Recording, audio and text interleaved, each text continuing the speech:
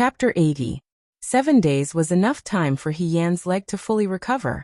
Although the injury on his hand was not completely healed, as long as he did not practice with his bow or spear, it would not hinder his daily activities. During these 7 days of waiting, the day of the battle for the flag finally arrived. Liang Ping came to visit He Yan the night before the battle for the flag and asked He Yan how he was doing. He Yan was afraid that he would not be allowed to participate in the battle for the flag, so he hurriedly said, "Very good, very good, very good. Liang Jiao, do you want to exchange a few moves with me?" Liang Ping thought of the equestrian archery competition he had with He Yan and felt embarrassed. He immediately coughed lightly and said, "No need, as long as you are fine. Come up the mountain with us tomorrow." After he left, He Yan almost cheered out loud. Hong Shan smiled and said, "You finally got what you wanted." "I don't know what the battle for the flag is like." Xiao Mai looked at He Yan and pleaded, "After He Go goes down the mountain, you must tell us word by word. Isn't your brother going up the mountain as well? Why are you only asking a he?" Hong Shan said. "My brother won't tell us." Xiao Mai curled her lips. There were tens of thousands of new recruits in the Liangzhou Guard. Of course, not all of them would go up the mountain to compete for the flag. Moreover, they were selecting for the vanguard battalion, so they only selected those who performed exceptionally well on the training field. Xiao Mai and Hong Shan could only be considered average, and were not part of the battle for the flag. In their room, only Shi Tu and He Yan were selected to go up the mountain. "The injury on your hand is not completely healed." Hong Shan was worried for He Yan. "When the time comes, don't fight recklessly. If you can't beat them, run, understand? The entire Liangzhou Guard knows that you are strong, so it doesn't matter who wins or loses. A He-Go will be at a disadvantage like this." Xiao Mai felt indignant. If a He-Go wasn't injured, a He-Go would definitely be first. "It's okay." He Yan comforted her. "Even if I'm injured, I'll still be the first." When the others in the room heard this, they all laughed. "It's here again. Our arena master, he is going to set up an arena on the mountain again. Does anyone want to bet on biscuits?" "Bet my ass. I haven't even paid back what I lost last time." He Yan's heart relaxed a little amidst the clamor. In fact, she hadn't competed for the flag in a long time, and her memories of the last time weren't too good. She wasn't the one who performed the most brilliantly, so no one knew what the result would be this time. However, compared to the results of the battle for the flag, the most important thing was their performance during the battle for the flag.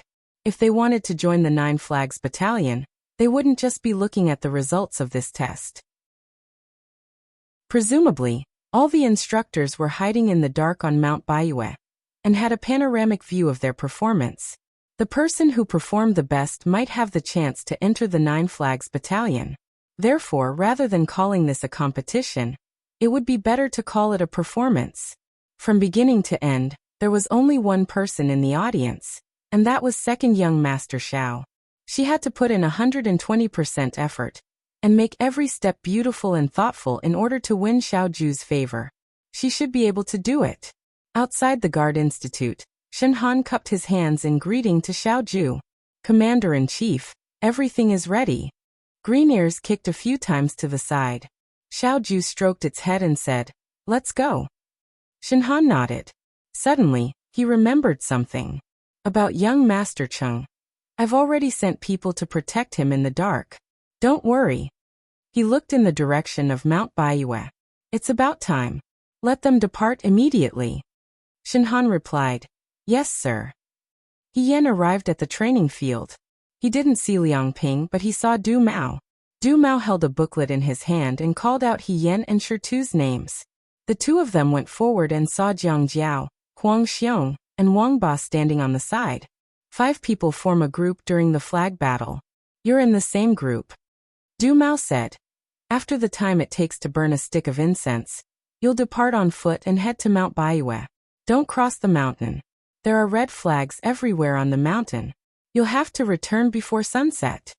After a pause, he continued, there will be 30 groups of recruits going up the mountain. The group with the most flags will be the winner. There are weapons on the weapons rack. Quickly pick a suitable one. Crossbows can't be used. During the flag battle on Mount Baiyue, Don't hurt your comrades. Don't overdo it. Don't hurt your own life. Don't worry about your comrades. They all nodded. Jiang Jiao chose the long spear that he was good at. Huang Xiong took his golden broadsword.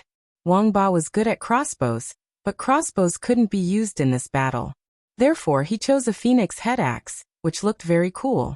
Shirtu took an iron head stick. Everyone looked at He Yan, and thought He Yan was going to take the Mandarin duck saber. Unexpectedly, she took a 9-section whip from the rack. Shirtu was a bit hesitant. They all knew that He Yan was good with the saber, crossbow and spear, but they didn't know how good she was with the whip. In the end, the whip didn't look as impressive as the saber or sword. You'll know when we get to the mountain. He Yan smiled. Let's go. They each took their own weapons and rushed towards Mount Banyue. Du Mao laughed loudly behind them and said, I'll be waiting for your good news here. Go boys. The birds in the forest were startled and flew in all directions. The people disappeared into the forest in the blink of an eye. Ma Damiai and Liang Ping came from afar, each leading a horse. Ma Damiai said to Liang Ping, It's almost time. Let's go. 30 teams and more than 100 new recruits were in Mount Banyue. They were like fish in the sea, unable to see anything. Just as they stepped into the forest, Wang Ba suddenly said, Wait. They stopped and looked at him. What? Someone went up the mountain before us. What if they're lying in ambush in the forest, and we step into a trap? Don't worry, He Yan said with a smile. The battle for the flag has just begun. Everyone is busy fighting for the flag. We don't have a single flag in our hands right now. What's the use of ambushing us? I guess everyone is going to the Shannon White Stone. Why the Shannon White Stone? Jiang Jiao asked. Shirtu, show them the map. He Yan looked at Shirtu. Shirtu took out a roll of paper from his bosom and slowly unfolded it. There were several red dots drawn on the paper, but they were only general directions. Every team that fought for the flag was given a map. The location of the flag was indicated on the map, but it was only general directions. The map was drawn very carelessly, and there were no trees or rivers.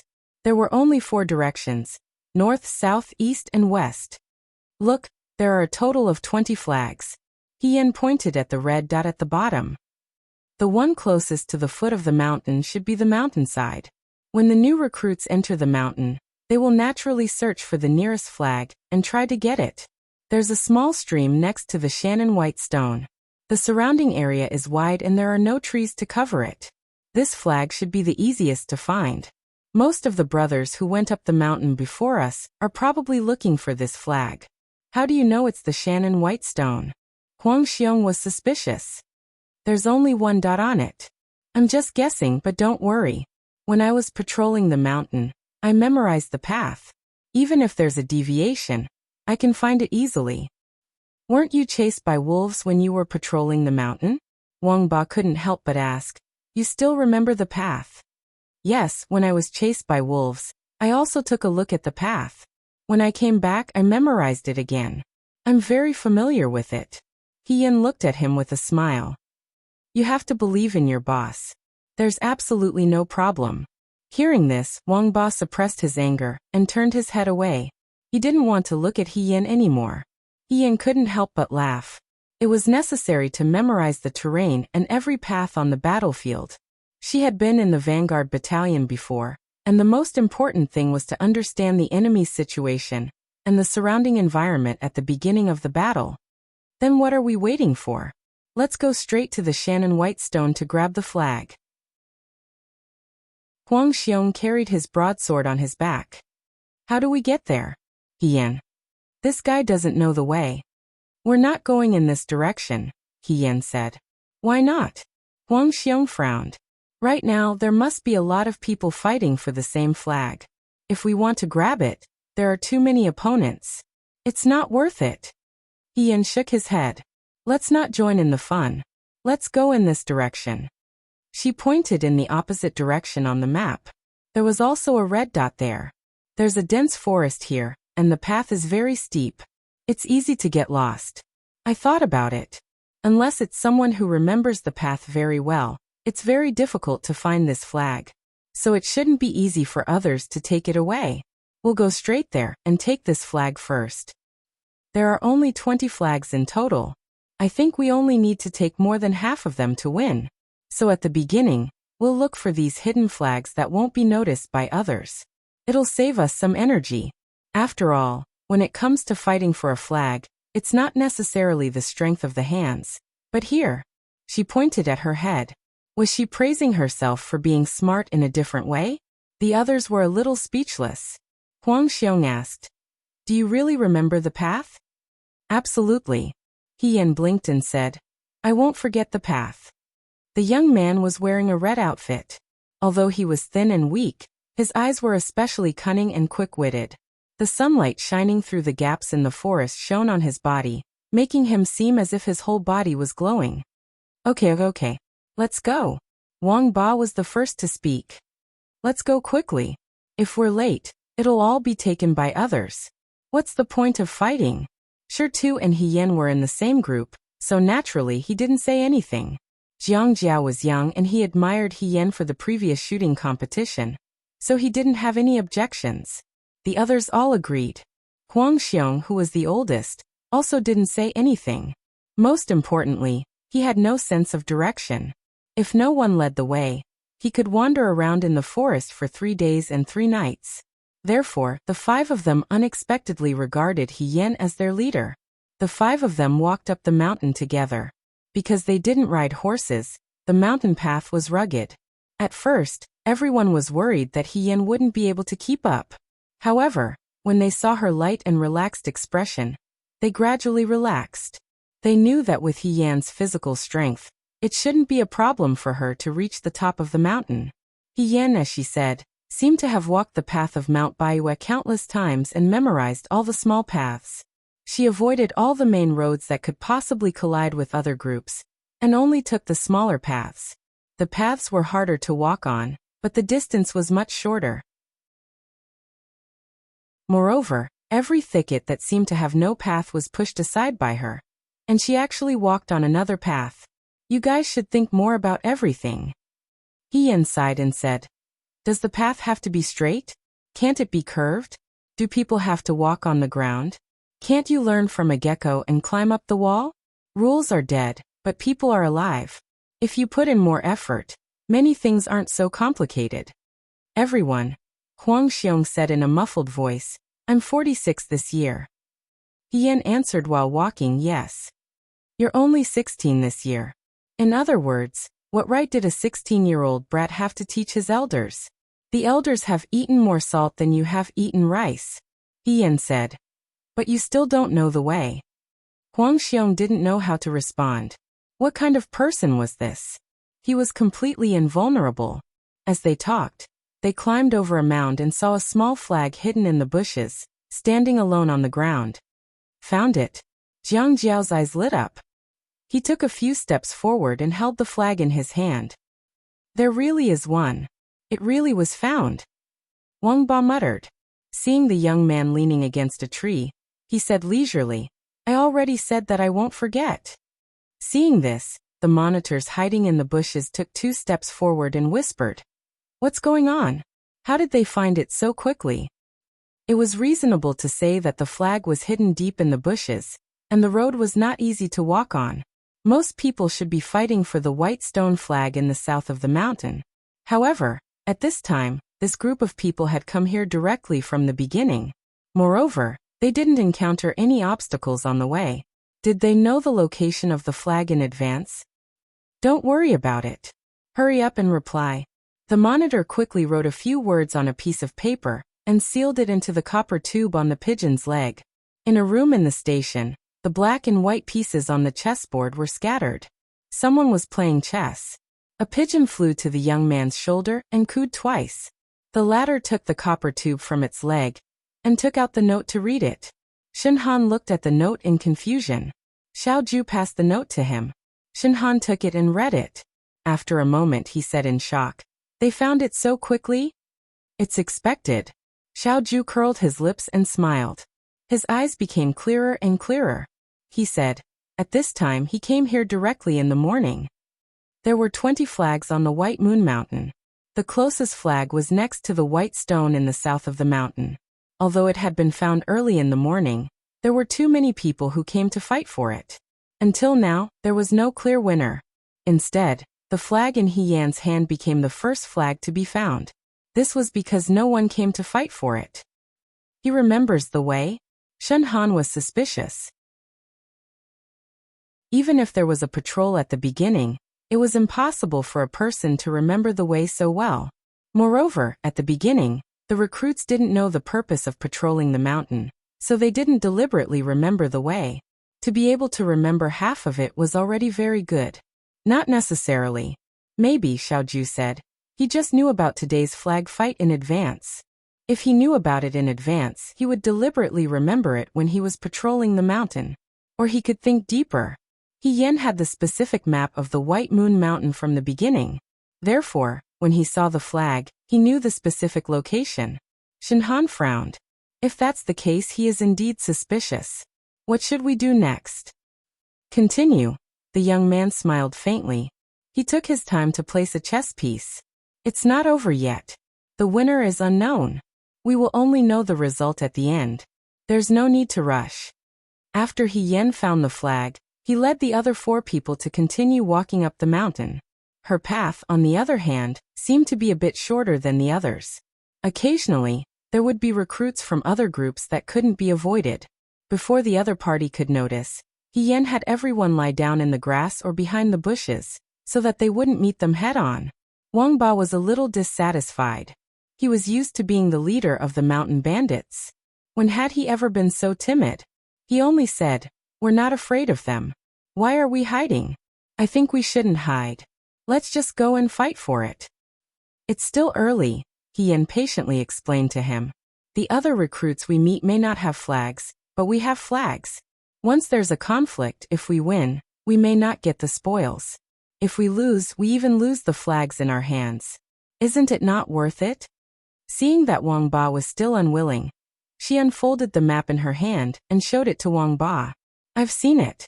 Just like before, there are a total of 3 flags hidden in the depths of the forest. We've already gotten one, so there are still 2 more. If we walk along this path, we should be able to find the last flag, which is close to the top of the mountain. We'll get these 3 flags first. After we get these 3 flags, we'll reach the top of the mountain. She said, when we reach the top of the mountain, we'll think about what to do next. These words barely convinced Wang Ba. He said, this is what you said. There are still 2 flags. If there aren't any, he waved his fist, I'll teach you a lesson. Ian wasn't afraid at all. She smiled and took his fist away. Little brother, you can't be so rude to boss. She looked into the distance. Let's go. The sun was getting brighter. Although the depths of the forest weren't as hot as the bottom of the mountain, because the mountain path was rugged, everyone was sweating profusely. There were many birds, beasts, insects, and ants on the mountain, and they even encountered a few snakes on the road. Surprisingly, He Yan dealt with these unexpected situations with ease. Compared to Wang Ba, she was more like the master of the mountain. If they didn't know that He Yan was a recruit from Shuajing, they would have thought that she was a hunter born and raised on Mount Baiyue. She didn't lie. Although the path she led was a bit bumpy, she was able to find the other 2 flags without any hindrance. The last flag was taken by Jiang Jiao. Huang Xiong looked ahead and said uncertainly, the top of the mountain is in front of us. Ian nodded. That's right. She looked down the mountain. We took a shortcut. Along the way, we didn't meet any other groups that were faster than us. We should be the first to reach the top of the mountain. While the other recruits were busy fighting for the flags, they avoided other people and only looked for the flags. It was very convenient and also saved a lot of time. Wang Ba sat down under a tree, unscrewed the water bottle at her waist, and drank a big mouthful of water. She said, we didn't do anything except kill 2 snakes. We took 2 axes for nothing. I say, we're here to look for something, not to steal something, right? It was quite sullen to avoid other people and look for something secretly. Although Huang Xiong and Jiang Jiao didn't say anything, their expressions showed that they agreed with Wang Ba's words. Shirtu said, it's fine as long as we win. There's no need to stick to the method. Brother Shirtu is smart. Ian smiled. If you want to compete, why don't you just go to the martial arts practice field and challenge them? Fighting for the flag isn't a test of one's skills. She clapped her hands, looked at everyone and smiled. However, I never said that we were going to hide here forever. Yan said, let's all prepare. Prepare for what? Jiang Jiao didn't understand. Yan smiled faintly, robbery.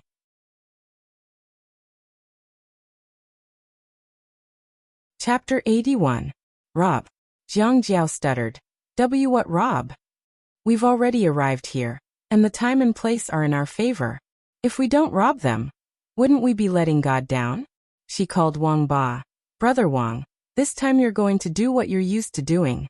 Don't you remember the rules? Wang Ba was a little angry, but also a little proud. He only said, of course I know. Then let's go step on the plate first. What do you mean by step on the plate? Jiang Jiao was confused. I know this, Huang Xiong explained for him. Lulin slang means scouting the surroundings first. Wang Ba snorted and said to Yan, you even know the jargon. I only know this one, Yan said. If no one has any objections, how about I make the arrangements? Everyone looked at her. The terrain here is high, and we've arrived early. By the time the other groups arrive, they'll be tired and relaxed. All we need to do is lie in ambush here, and steal their flag. There are 5 of us. One person needs to go up the tree to scout the situation, and the others need to lie in ambush. That person will be me. Yan pointed at himself. I'll be up in the tree. When the others arrive, Brother Wang will lead them into our circle. Brother Jiang Jiao and Shi too. One of you will hold a long staff, and the other will hold a long spear. Spread out to the left and right. Uncle Huang will hold the rear, so we can surround them in the middle. At this time, I'll come down from the tree, and my 9-section whip will take the opportunity to sweep away their flag. Everyone suddenly understood. No wonder Yan chose the 9-section whip. If a fight really broke out, they might not have the chance to get close. However, as long as the whip was far away, they could sweep the flag over. Why do I have to be the bait? Wang Ba was dissatisfied. I can hold the rear. Because you're the best, Yan lied without batting an eyelid. If it were anyone else holding the flag to lure people over, they would definitely be suspicious. But you're different. You're the best among the recruits, so it's reasonable for you to snatch the flag. It's best that you hold it. Jiang Jiao wanted to laugh, but he held it in. Shi Tu and Huang Xiong silently lowered their heads. Only Wang Ba deeply agreed. His dissatisfaction with Yan's arrangement immediately disappeared. But will this arrangement really work? Jiang Jiao was doubtful. What if they're stronger than us? Don't worry, we've already arrived here first. We've rested longer than them, so we have plenty of energy. Moreover, flanking them from the left and right, with both offense and defense, would only cause them to panic. Moreover, our goal is not to fight with them, but to compete for the flag. Military books say that those who first enter the battlefield and wait for the enemy will be lost. Those who enter the battlefield and rush to fight will be exhausted. Therefore, those who are good at fighting will not cause others to be injured. Among the 5 people here, only Jiang Jiao and Yan had studied before. Before the others could react, Jiang Jiao looked at Yan and asked with a complicated expression, "You've read military books?" "A little," Yan answered. Huang Xiong looked at Jiang Jiao, then looked at Yan. He sighed. "I remember you once said that you've read something called the Book of Arms, and now you say that you've read books on the art of war. With your ability, there will be a day when your name will spread far and wide, and you won't be in the same place as us." "You flatter me," Yan said with a smile. "Anyway, don't forget about us when you're rich." Wang Ba whispered. He probably felt embarrassed and added, "But you don't look like you'll be rich." Yan shrugged and said, "Then let's find a place to hide first. I'll climb up the tree first.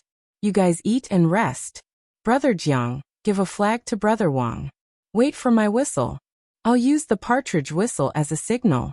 Once the whistle arrives, Brother Wang will take the flag and lead the others here." No one objected. They scattered and found a place to hide. Yan found a tall camphor tree and climbed up with his head up. She climbed the tree nimbly. Wang Ba saw this and whispered, She's like a snake with 4 legs. He Yan climbed to the top of the tree in one breath and found the most luxuriant spot to sit down. The wind was blowing and made her face feel cool. It was indescribably comfortable. Her position was high enough that she could see everything around her. Seeing that no other recruits had come up yet, she took out a small piece of biscuit from her bosom. She took 2 bites and drank some water. After she finished eating the biscuit and leaned against the tree branch for a few minutes, she heard rustling sounds coming from a nearby path. A group of recruits had come up. Ian immediately sat up straight. She hid among the leaves and didn't move. She softly let out a partridge whistle and blew 3 times in a row. Her whistle was exactly the same as a partridge's. If she hadn't told them in advance, Jiang Jiao and the others wouldn't have been able to tell. Huang Xiong, who was hiding in the dark, gave Wang Ba a meaningful glance. Wang Ba hung up the water bottle, stood up with the flag in his hand, and walked outside. Perhaps it was because he was used to this kind of robbing business, but when he put on an act, no one could tell that there was anything wrong with him. After every 2 steps, Wang Ba looked left and right, as if he was a person who had just arrived and was scouting the way. As he walked, he bumped into the group of new recruits who were coming up the mountain. The recruit didn't have time to speak before Wang Ba covered his waist and ran back. It would have been better if he didn't cover his waist. As soon as he did, people saw the red flag at his waist. The recruit stared blankly, and then became excited. He said to the people behind him, "He's alone. He has a red flag. Brothers, take it." Hearing this, the group of people immediately chased after him. Wang Ba seemed to be alone and didn't want to fight. He just ran and cursed, "Ba, don't follow your grandpa. If you follow me again, I'll chop you up." The group of people saw the red flag in Wang Ba's hand as theirs. They laughed and chased after him, saying, "Then chop it up. Brother, hand over the flag and we won't kill you." "I'll hand over your grandma. If you chase me again, I won't be polite," Wang Ba warned. "Who's the one being rude?" The group of people laughed and chased after him. When they ran into a dense forest, Wang Ba suddenly stopped. "What's wrong? You can't run anymore?" The leader of the recruits laughed and imitated the bandit leader. "I opened this mountain and planted these trees. If you want to pass through here, you have to pay the toll." Wang Ba originally wanted to show off, but when he heard this, he was so angry that he laughed. He pulled out 2 huge axes from his waist, turned around and shouted, "How can a pheasant go up the Heavenly King Mountain? How dare you snatch it from me, your grandfather? I think you must have been blinded by lard. You're not muddle-headed." No one could understand his string of bandit words. The other party didn't want to waste time with him. He raised his sword and stabbed it toward the flag at his waist. At this moment, there was a sudden noise behind him. 2 young men suddenly appeared from the bushes on his left and right. One was holding a long spear, and the other was holding an iron rod. They were Jiang Jiao and Shi Tu. Another loud noise was heard. The bald man with the golden broadsword had already jumped in front of him. Just now it was 5 against 1, and Wang Ba was scared witless. Now that the situation had taken a turn, it was like catching a turtle in a jar. There were ambushes in all directions. It was only 4 people, but they made it seem like there was an ambush on all sides. Those people were stunned for a moment, and their smiles gradually disappeared. "It's an ambush. They're cheating." Along the way, they either used real swords and spears to rob people, or they hid in the dark and fought a fierce battle. It was the first time that they had a bait acting in front of them like a drama. The leader of the recruits gritted his teeth. "What are you afraid of? We have the same number of people. We're not afraid of them. Let's fight them." Turning around, the few of them rushed into the chaotic battle. To be honest, although these people each had their own strengths, they weren't 1 in a million. After all the recruits who came up the mountain today were outstanding talents of the Liangzhou guards. But the strange thing was that Jiang Jiao and the others had gained the upper hand as soon as they started fighting. First of all, they had been here for a long time. They had rested and eaten for a long time. And they had been saving their energy for a long time. On the other hand, the other group of recruits had just finished a long journey. They didn't even have time to sit down and drink water before they were caught in a chaotic battle. Naturally, they were in a passive position. Second of all, the way they arranged themselves was quite skillful. Jiang Jiao and Shirtu were on the left and right sides, so that these people were surrounded from beginning to end. Huang Xiong's large saber was full of vigor, but it complemented Wang Ba's large axe perfectly. With 2 long weapons and 2 short weapons, they had both offensive and defensive capabilities. Unexpectedly, this recruit couldn't find any flaws in the other party's movements. Instead, he was constantly at a disadvantage. Jiang Jiao flicked his opponent's sword away with his spear and knocked his opponent's weapon to the ground. One of the recruits said, "This won't do. We can't get the flag. Let's retreat quickly." "How do we retreat?" the leader of the recruits said unhappily. "Find an opening and try." He wanted to break out of the encirclement several times, but he couldn't find an opening. However, if this continued, their own people wouldn't be able to hold on. That's not right. One of the recruits avoided Huang Xiong's large saber and turned around to ask, "Why are there only 4 of them? Where's the last one?" That's right. After fighting for so long, it was only 5 against 4. They were still missing 1 person, but because they were being suppressed so fiercely they didn't notice. Now that someone reminded them, they immediately understood. The leader of the recruits said, "It's a trap. Pay attention to protecting the flag." As soon as his voice fell, he heard Wang Ba roar, "Hiyan, are you watching a show? Come out." From the leafy camphor tree, a young man's brisk voice sounded, "I'm coming."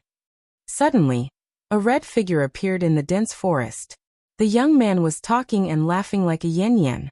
His posture was light and graceful, but in the eyes of the enemy, it was as if they were facing a great enemy. The man on the side didn't have time to hide the cloth bundle when suddenly, a long shadow rushed towards his face. He was startled and subconsciously let go of his hand. The long shadow was like a snake, nimble and winding, and it wrapped around the cloth bundle and disappeared into the distance. The young man withdrew his 9-section whip and sat on a tree.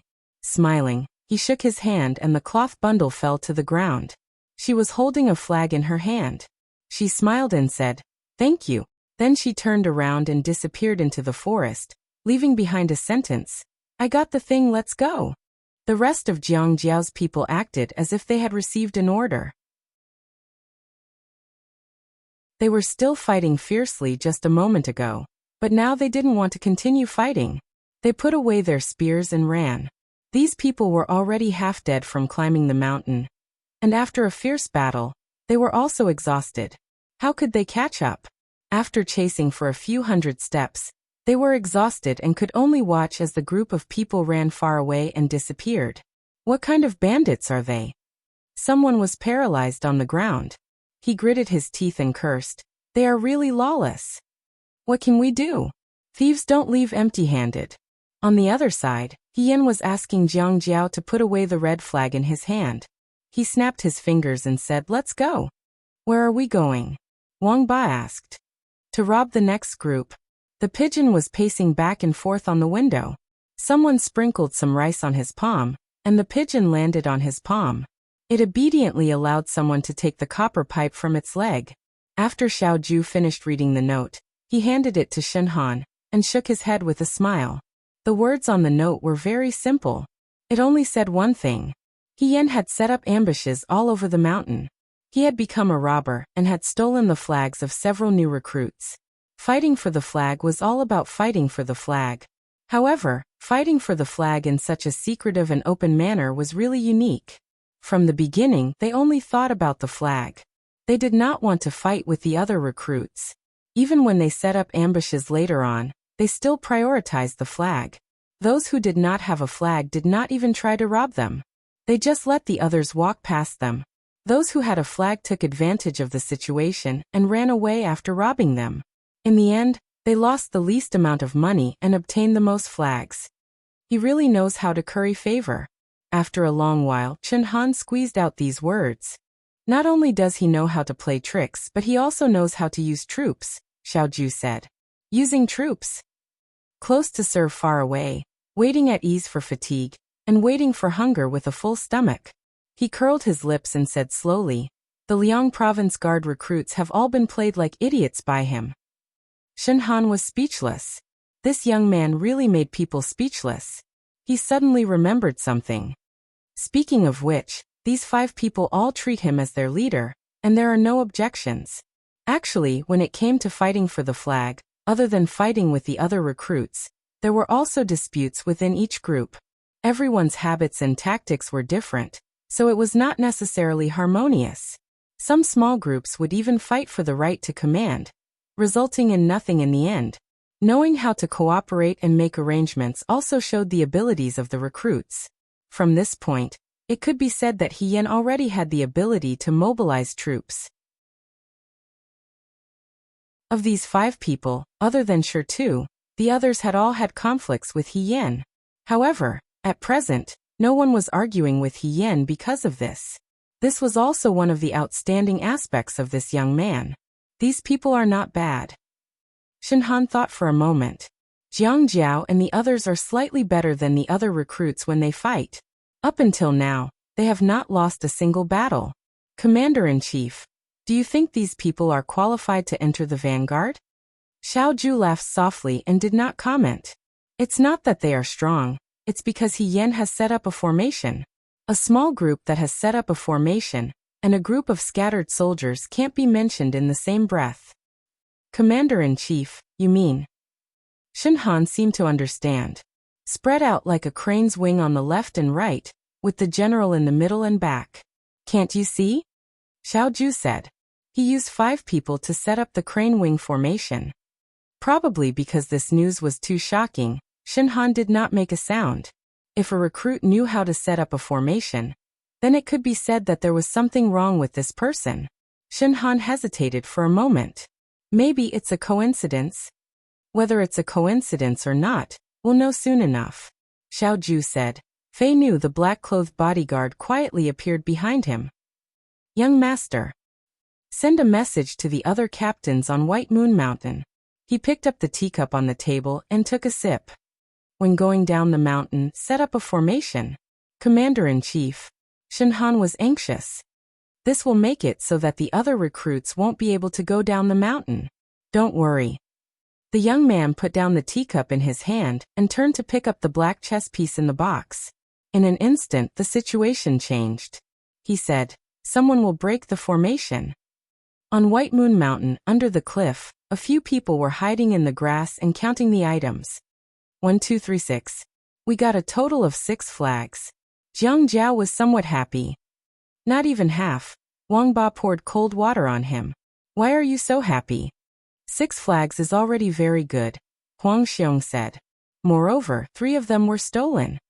Of these 6 flags, 3 were found by He Yan, and the others by taking a shortcut. The other 3 were stolen from the recruits who already had flags near the top of the mountain. It's still not enough. Go and steal more. Wang Ba put away his axe.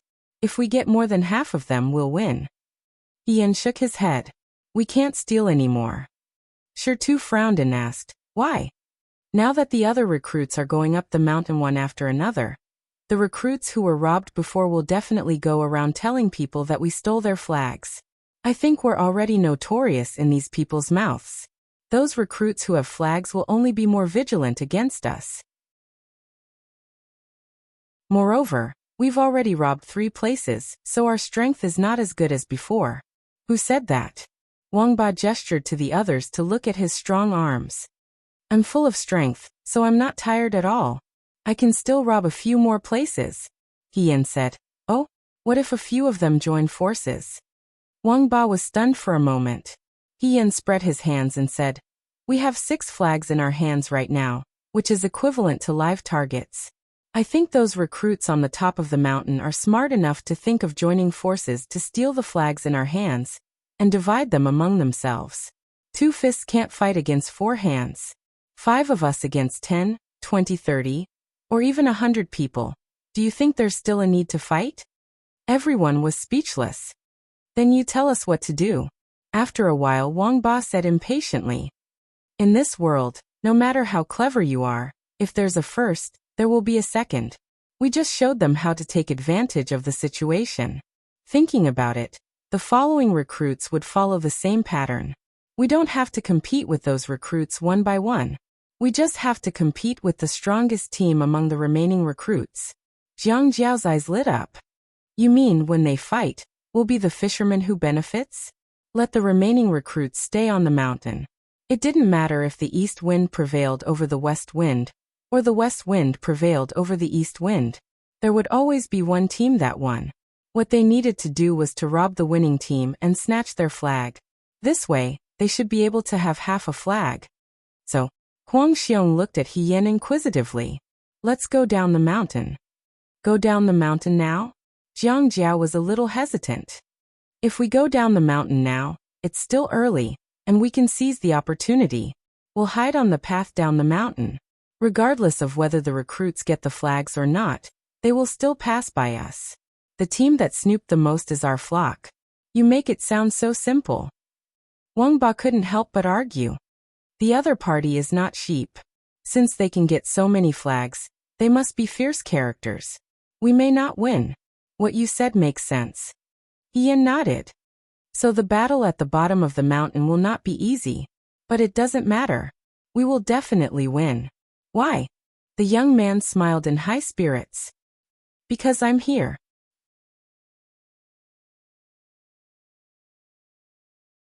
Chapter 82. The group of people walked down the mountain. This young man didn't seem to know what modesty was. Although he was confident, he wasn't arrogant. He always seemed to have a card up his sleeve. However, he also had the ability to convince others. At least until now, he had kept his word. Jiang Jiao carefully kept the 6 flags in his arms. After walking for a few hours, they were already far from the top of the mountain. When they were about to reach the middle of the mountain, He Yan stopped and said, "Let's rest here for now." Everyone sat down where they were, but He Yan climbed up the tree again, and looked around. Wang Ba asked, "What are you doing?" "Stepping on the plate," He Yan answered. "You're so familiar with robbing. Why are you still stepping on the plate?" Wang Ba snorted. "You're pretending, aren't you?" He Yan looked around, and then climbed down the tree. He sat down on the sure too and said, "This should be the last stop. Since we're using a trick, we have to succeed in one strike. Otherwise, with 6 flags, we might not be able to get first place." "Will they really pass through here?" Jiang Jiao turned around and looked behind him. The forest was dense and there wasn't a single person in sight. There are so many mountain paths and the mountain is so big. What if they take another path? There are only main roads and small paths on Mount Baiyue. He Yan smiled. People who carry flags should always be careful. If they take the main road, it's inevitable that they'll attract attention. They're afraid that other recruits will come and steal them. Therefore, they definitely won't take the main road. Among the small paths, this is the shortest way to the guard station, and also the easiest way to find. You have to know that not everyone can remember the path they take. Therefore, it's very likely that they'll take this path. Huang Xiong quite liked to listen to He Yan speak. He asked, "Is this the military strategy you were talking about?" "This is called the theory of power." He Yan picked up a tree branch and drew on the ground for them to see. The imperial decree doesn't choose a place to wait for the enemy. Instead, we use simplicity to control complexity. We don't change to respond to changes. We use small changes to respond to big changes. We don't move to respond to movements. We use small movements to respond to big movements. Wang Ba asked, "Then we don't move at all? Wasn't that what you said? Haven't our methods been exposed long ago? Others might fall for it." Think about it. Since the other party has obtained so many flags, they must have won many matches in a row. Their morale must have risen greatly. If they were to face us, they might not necessarily lose. Even so, He Yan did not show any signs of anxiety on his face. That's why we're going down the mountain to conserve our energy. While we're at it, we can also find a good place to set up an ambush. However, I think that in the end, the most powerful people from both sides will be the ones to seize the flag. However, this is also natural. In the end, there will always be a victor between the most outstanding people. No one could answer her. Only Wang Ba gave her a sidelong glance and said coldly, "How are you the most outstanding person?" "I gave myself that title," He Yan answered sincerely. Wang Ba, "Anyway, let's eat, drink, and rest here first. When we're done, we'll set up the ambush according to our plan just now. I have already surveyed this place. The terrain ahead is dangerous and narrow. It is easy to defend and difficult to attack. It is advantageous to us. We can take advantage of the situation. After I seize the flag, don't continue to fight. Quickly leave with me. Use the bottom of the mountain as the boundary. Once we leave White Moon Mountain, no one will be able to steal the flag. Understood. Huang Xiong gulped down half a pot of water in one go. I already can't wait. Give me the flag, He Yan said. Jiang Jiao handed the flag to her.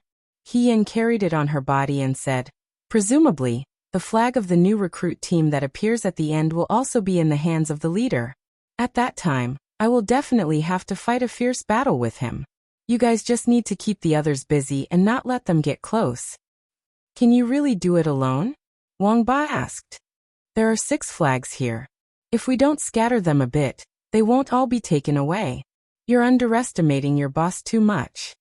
He Yan lightly jumped and landed on a branch. She laughed. At least in the Liang Province Guard, no one can steal my things. Wang Xiaohan was currently leading one of their teams down the mountain. His clothes were already so tattered that they couldn't even cover his upper body. Fortunately, his pants were still intact. The blade in his hand had already been chipped. His face had also taken a punch. There were dark circles under his eyes. His companions behind him weren't any better. They all had bruises on their faces and tattered clothes. Those who didn't know would probably think that they were refugees from outside the city. Wang Xiaohan felt very hopeless.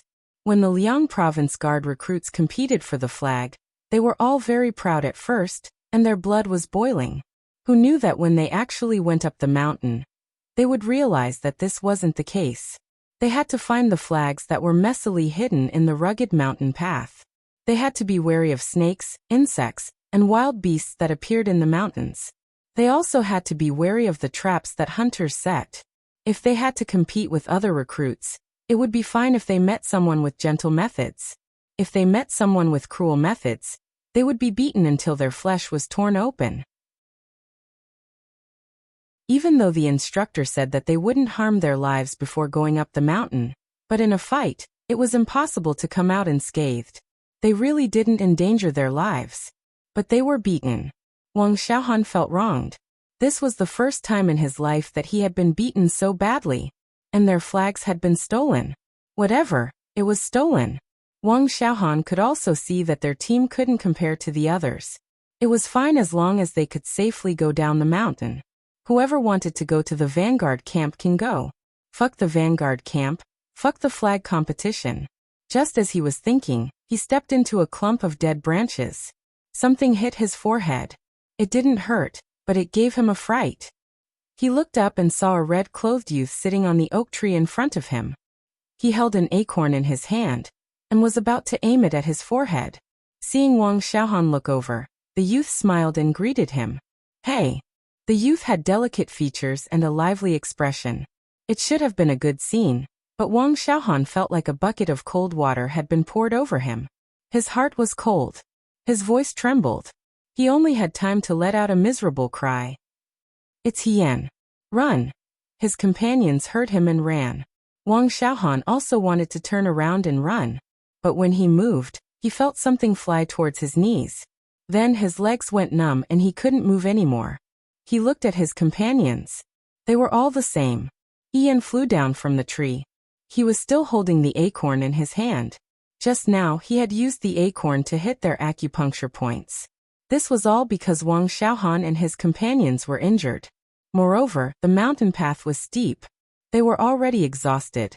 That was why they were so easily restrained by He Yan. He Yan walked in front of Wang Xiaohan. Wang Xiaohan didn't wait for him to speak and shouted, "We don't have any flags. We don't even have one." Wang Ba and the others also came out from the shadows. They searched them and shook their heads at He Yan. "We don't have any." "Since you don't have any flags, why did you run when you saw me?" He Yan asked curiously. "I was afraid that you would hit me," Wang Xiaohan said with difficulty. "Who told you that we hit people?" He Yan was even more puzzled. He looked into his eyes. "Brother, you seem to be seriously injured. Is the battle for the flags on the mountain so intense? They had avoided the intense battle from the beginning to the end. They didn't know what the situation was. Now that they saw Wang Xiaohan and his companions' miserable state, they were all glad that they didn't fight with the recruits. No one was willing to be beaten black. We heard that you stole a lot of flags. Wang Xiaohan stammered. And your methods are sinister and cruel. Wang Ba was not happy. Who the hell is talking nonsense?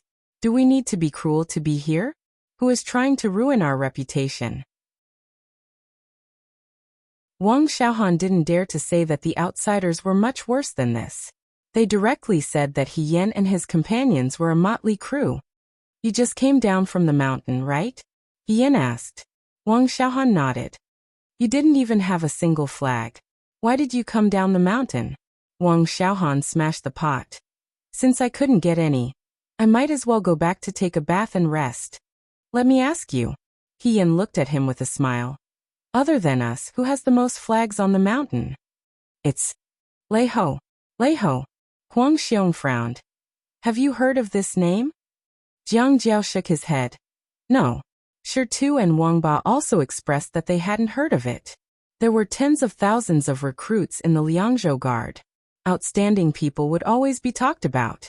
Since this Lei Ho had stolen so many flags, he must be very outstanding.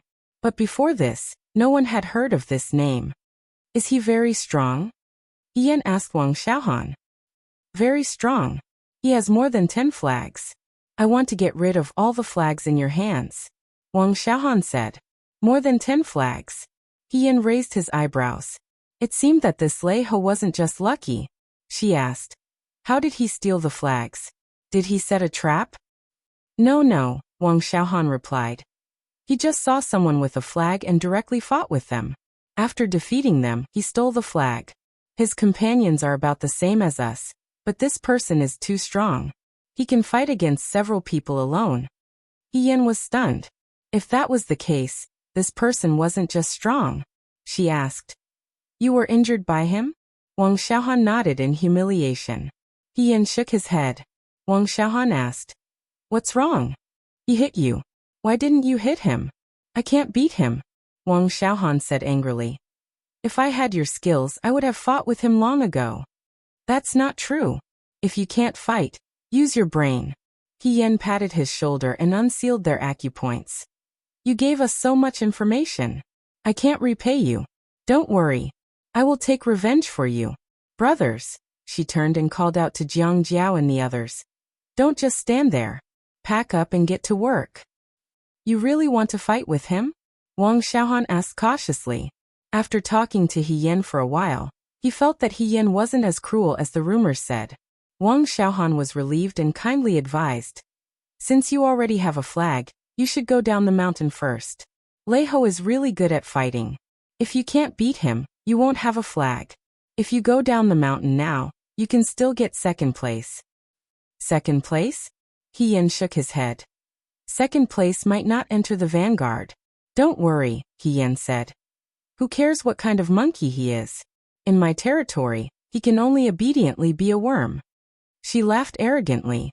For a moment, Wang Xiaohan was speechless. After He Yan asked a few questions, Wang Xiaohan and the others went down the mountain. They were probably afraid that if He Yan and Lei Ho fought, they would be implicated. They ran very fast and disappeared in a few moments. Jiang Jiao turned and looked at He Yan. From what he said, that Lei Ho is very strong. Don't worry, He Yan said. I'm even stronger. She was so confident that the others didn't know what to say. He Yan estimated the time. Lei Ho and the others should be going down the mountain soon. He urged everyone to quickly hide and not waste any time. After hiding for about the time it took to drink a cup of tea, someone's footsteps were approaching. There were a total of 5 people. The other 4 were at the back and 1 was at the front. The one at the front should be the leader of the 5. He was about 20 years old and was a young man. He was tall and thin, with a dignified appearance and bright eyes. He walked in front of the dense forest and suddenly stopped. He stopped his companions behind him and said, Wait! Big Brother Lei? His companions asked. In the dense forest ahead, there is a faint murderous aura. I'm afraid there is an ambush here. Ambush? His companions found it strange. Why would someone dare to ambush us? Their group, relying on Leiho alone, had snatched all the flags from the hands of the recruits on the mountain. Other people didn't even have to talk about an ambush. When they went down the mountain, they were very ostentatious and didn't hide at all. This was because no one could beat Leiho. We only have 14 flags in our hands, Leiho said. We don't know where to find the remaining 6. Aren't the remaining ones in Hiyan's hands? That's right. Leiho looked at the dense forest ahead. So the one who set up the ambush here is most likely Hiyan. The group looked at each other. After a while someone asked, "Then what should we do?" No one in the Liang province guard didn't know Hiyan. He could be considered a 1 in 10,000 talent. Although Leiho was also very powerful, if the two of them fought, it was hard to say what the result would be. Good timing. Leiho suddenly smiled and said, "He's here. Let's snatch all his flags and not leave a single one for others." These words were full of confidence and made everyone's blood boil. His companions all said good. Leiho said again, "You guys go deal with the others. Leave Hiyan to me." He didn't know that, coincidentally, Hiyan also thought the same. Leiho took a few steps forward. The path was narrow and there were dense forests on both sides. He didn't go forward. He only shouted to the front. "This one is Leiho. Come out, Hiyan. I know you're here." A young man's light laughter suddenly sounded from the tree. Leiho raised his head and looked up. The young man was leaning against a tree branch with one hand supporting his head. He seemed to be taking a nap. Her gaze was regretful. She said, "Brother's eyesight is too good. I can't hide it." "You hid it well." Leiho also smiled. "It's just that your companions are too murderous." Hiyan thought helplessly, what could he do? One was a bandit, one was a hero of the forest, one was a young master of a martial arts school, and one was a hunter born and raised in Shuajing. All of them had been through bloody battles. How could they be as calm as a monk in a temple? "Tell your people to come out," Leiho said. "Let's fight for the flags fair and square." He emphasized the words fair and square. It was probably because he had heard about Hiyan's great achievements at the top of the mountain.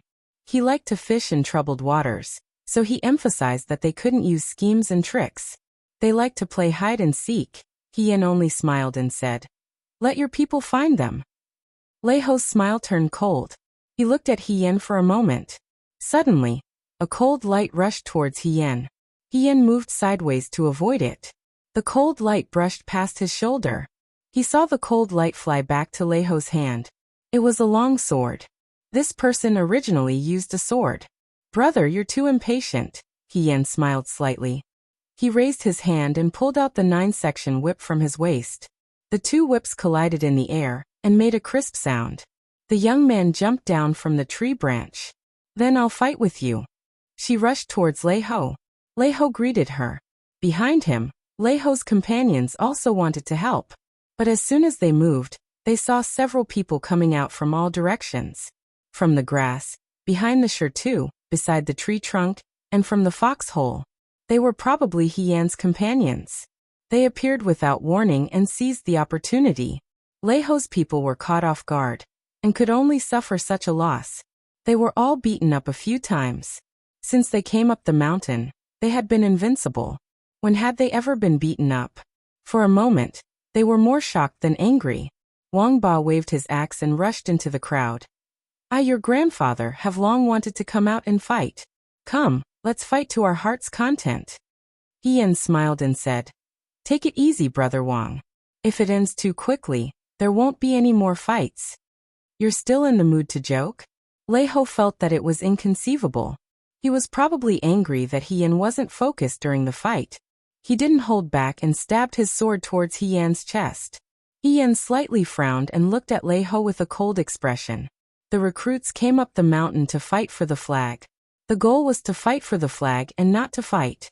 Therefore, the instructor would remind them not to harm their lives. But when she fought with Leiho just now, she knew that this person didn't have any scruples. No wonder Wang Xiaohan was beaten up so miserably and was disheartened so early. Wang Xiaohan wasn't the most miserable person who fought with Leiho on the mountain. For example, if it was someone else, they would have been stabbed. He really didn't hold back at all. Seeing He Yan's expression change, Lei Ho's eyes flashed with contempt. He said, "If you admit defeat now, I won't fight." "How could that be?" The youth smiled and said, "I still want the remaining flags in your arms." Lei Ho's expression changed. All the flags were indeed in his arms. First, it was because he was the one who stole the flags. If he had them, his companions wouldn't have any objections. Second, if he had them, no one would dare to steal them. He didn't think that He Yan would see through him. He sneered and quickly pointed his sword at He Yan. He Yan's front lapel was about to grab He Yan's flag. He Yan raised his hand and the 9-section whip's tail hit Lei Ho's sword with a paw sound. He Yan tiptoed and retreated a few steps. She lowered her head and looked at her clothes. Fortunately, they weren't cut open. Her heart flashed with a trace of displeasure. If this was in Shuajing, Lei Ho's actions would be enough for the girl to send him to jail. Molesting a good girl on the street was something a hooligan would do. "Brother Lei is too rude." She raised her eyebrows and said, "I'm a bit angry."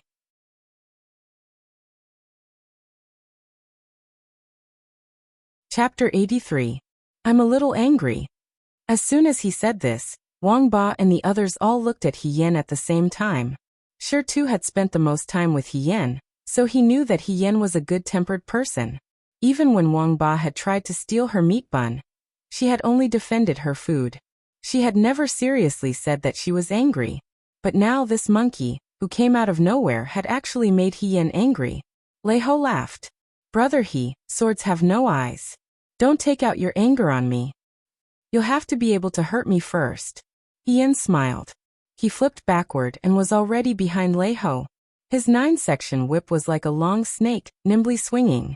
Lei Ho dodged, but the whip seemed to have eyes. He didn't shake it off. Instead, it brushed past his cheek. In a split second, a red mark appeared on Lei Ho's face. Because it was the tail of the whip, there was no blood. Even so, Lei Ho's expression was very ugly. "Brother Lei, swords have no eyes." He Yan hooked his finger at him. "Don't take out your anger on me." Lei Ho didn't say a word. He held his long sword and rushed forward. His movements were skillful, and his murderous aura sword.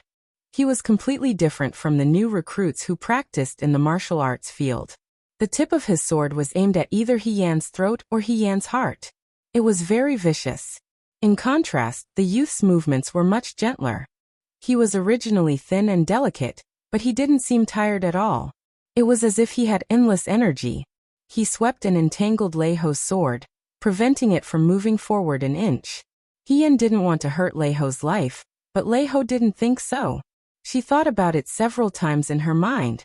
It seemed that unless she completely defeated Lei Ho, as long as Lei Ho had one breath left, he would not give up and chase after her to snatch the flag. However, after exchanging blows with Lei Ho, it gave birth to a strange feeling in He Yan's heart. This strange feeling was indescribable, but it made her feel as if something had been overlooked, causing her to feel uncomfortable all over. While he was thinking, a saber and sword gleam came from the side. He Yan was startled and leaned back to dodge. His sleeve was cut open in a split second, and the wind leaked in. Lei Ho stared at her and said with bright eyes, "At this time, it seems like we shouldn't be distracted. I was just thinking about how to calm you down." He Yan said, "Brother Lei, are you a little annoyed that no one has told you?" Such blatant provocation, coupled with her smiling expression, could really make an ordinary person explode in anger. Lei Ho's face immediately darkened, and he raised his sword to stab. He Yan smiled slightly and threw out her long whip. The whip circled around her body like a long snake, and unexpectedly, the tip of the sword couldn't move an inch. She was still smiling. While smiling, she said, "Actually, you guys don't know, but I'm also quite good at using a whip." In an instant, the whip crisscrossed, sweeping forward and rolling, sometimes fast and sometimes slow, dazzling people's eyes. The young man's voice carried a cheerful tone, as if he wasn't at daggers drawn to fight for the flag, but was competing with his heart on the martial arts field. She spoke amidst the flying whip footwork. "This is called twisting the elbow. This is called deceiving the horse left and right. This is called the white snake's tongue. Sweeping dragon. Her movements became faster and faster. Wang Ba and the others had already stopped what they were doing and looked at her, as if they were shocked by her imposing manner. Originally on the martial arts field, they already felt that she was very powerful, but now it seemed that she had been holding back before. Lei Xian gritted his teeth, and his expression became more and more unsightly. He didn't put He Yan in his eyes. No matter how powerful a recruit was, he wouldn't be able to take care of everything. He Yan's saber, bow, and spear techniques were outstanding, but it didn't mean that he could defeat him. However, the young man in front of him used the whip so casually, as if he had already used it thousands of times. That was fine. Even if he used the same weapon well, it didn't mean that he could win in a fight. But He Yan was really too cunning. She had only exchanged a few blows with him, but she seemed to be able to observe his weak points and attack them specifically.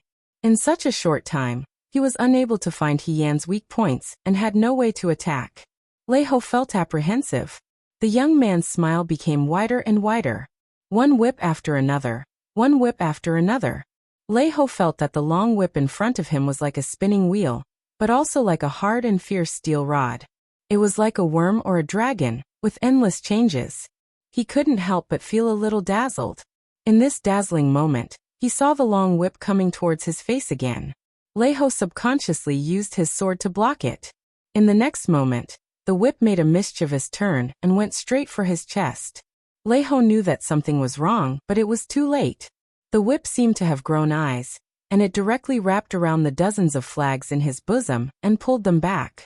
Lei Ho wanted to use his sword to block the long whip, but the long whip could be retracted and released at will. How could it be entangled by his sword? It slipped and fell into He Yan's hands. This is called the golden silk gourd. He Yan weighed the flag in his hand and said with a smile, "Thank you, Brother Lei, for tying it up for me." Lei Ho was conceited. He felt that none of the recruits on White Moon Mountain today could defeat him. Therefore, he was extremely arrogant when he put the flags. He directly tied them up with a rope and put them into his bosom. But at this moment He Yan took them all away. He couldn't help but feel a trace of regret. If he had been more careful and separated them, he wouldn't have lost everything so quickly. Now that he saw that He Yan took them all away, Lei Ho could no longer maintain his gloomy face. Without saying anything, he rushed towards He Yan. He Yan retreated a few steps and said with a smile, "Once it's in my hands, it's mine. No one can take what's mine. What if I insist on taking it?" Lei Ho's murderous aura sword, his sword like a meteor. "Actually, I don't like to fight," He Yan sighed. "If you insist on taking it, then I can only beat you." The two figures collided in a split second. Wang Ba and Lei Ho's companions were already tired from fighting. Moreover, the flags weren't in their hands, so there was no point in fighting. They were already sitting under the tree, watching from the sidelines. In their hearts, they were very clear that this was a contest between He Yan and Lei Ho. Whoever won would take the flags. "Can you tell who's stronger between the two of them?" Lei Ho's companions asked. Jiang Jiao shook his head. "I can't tell." "Do you even need to ask?" "It's definitely He Yan." Wang Ba answered matter-of-factly. "Oh, brother, why do you say that?" "I don't know. It's just a feeling." "Do you want pine nuts?" Huang Xiong handed him a pine nut. Thank you, thank you." "Oh, it's delicious." Before he finished eating the pine nuts, he heard a dong sound. Everyone looked forward and saw that the two figures had separated. Lei Ho's expression didn't change. The youth smiled and held a long whip in his hand. A sword was lying on the ground. "You lost," He Yan said. Lei Ho's expression was ugly. He didn't speak. After a moment he said in a low voice, "You cheated." "All's fair in war." He Yan picked up the long sword on the ground and returned it to him. He said seriously, "Your leg was injured by me. Rest here for an hour before you move. Otherwise, your leg will be affected, and you won't be able to practice martial arts in the future." Lei Ho turned his face away and took the sword. He didn't want to look at her. "It's okay," He Yan patted his shoulder and said earnestly, "Victory and defeat are unpredictable. It's a man's duty to endure humiliation. It's just a battle for the flags. You're already very outstanding. It's a pity that you met me. She pointed at herself. I'm the best. Wang Ba and the others had heard He Yan say this countless times. At first, they didn't care about it, but now they were numb to it. Moreover, she wasn't wrong.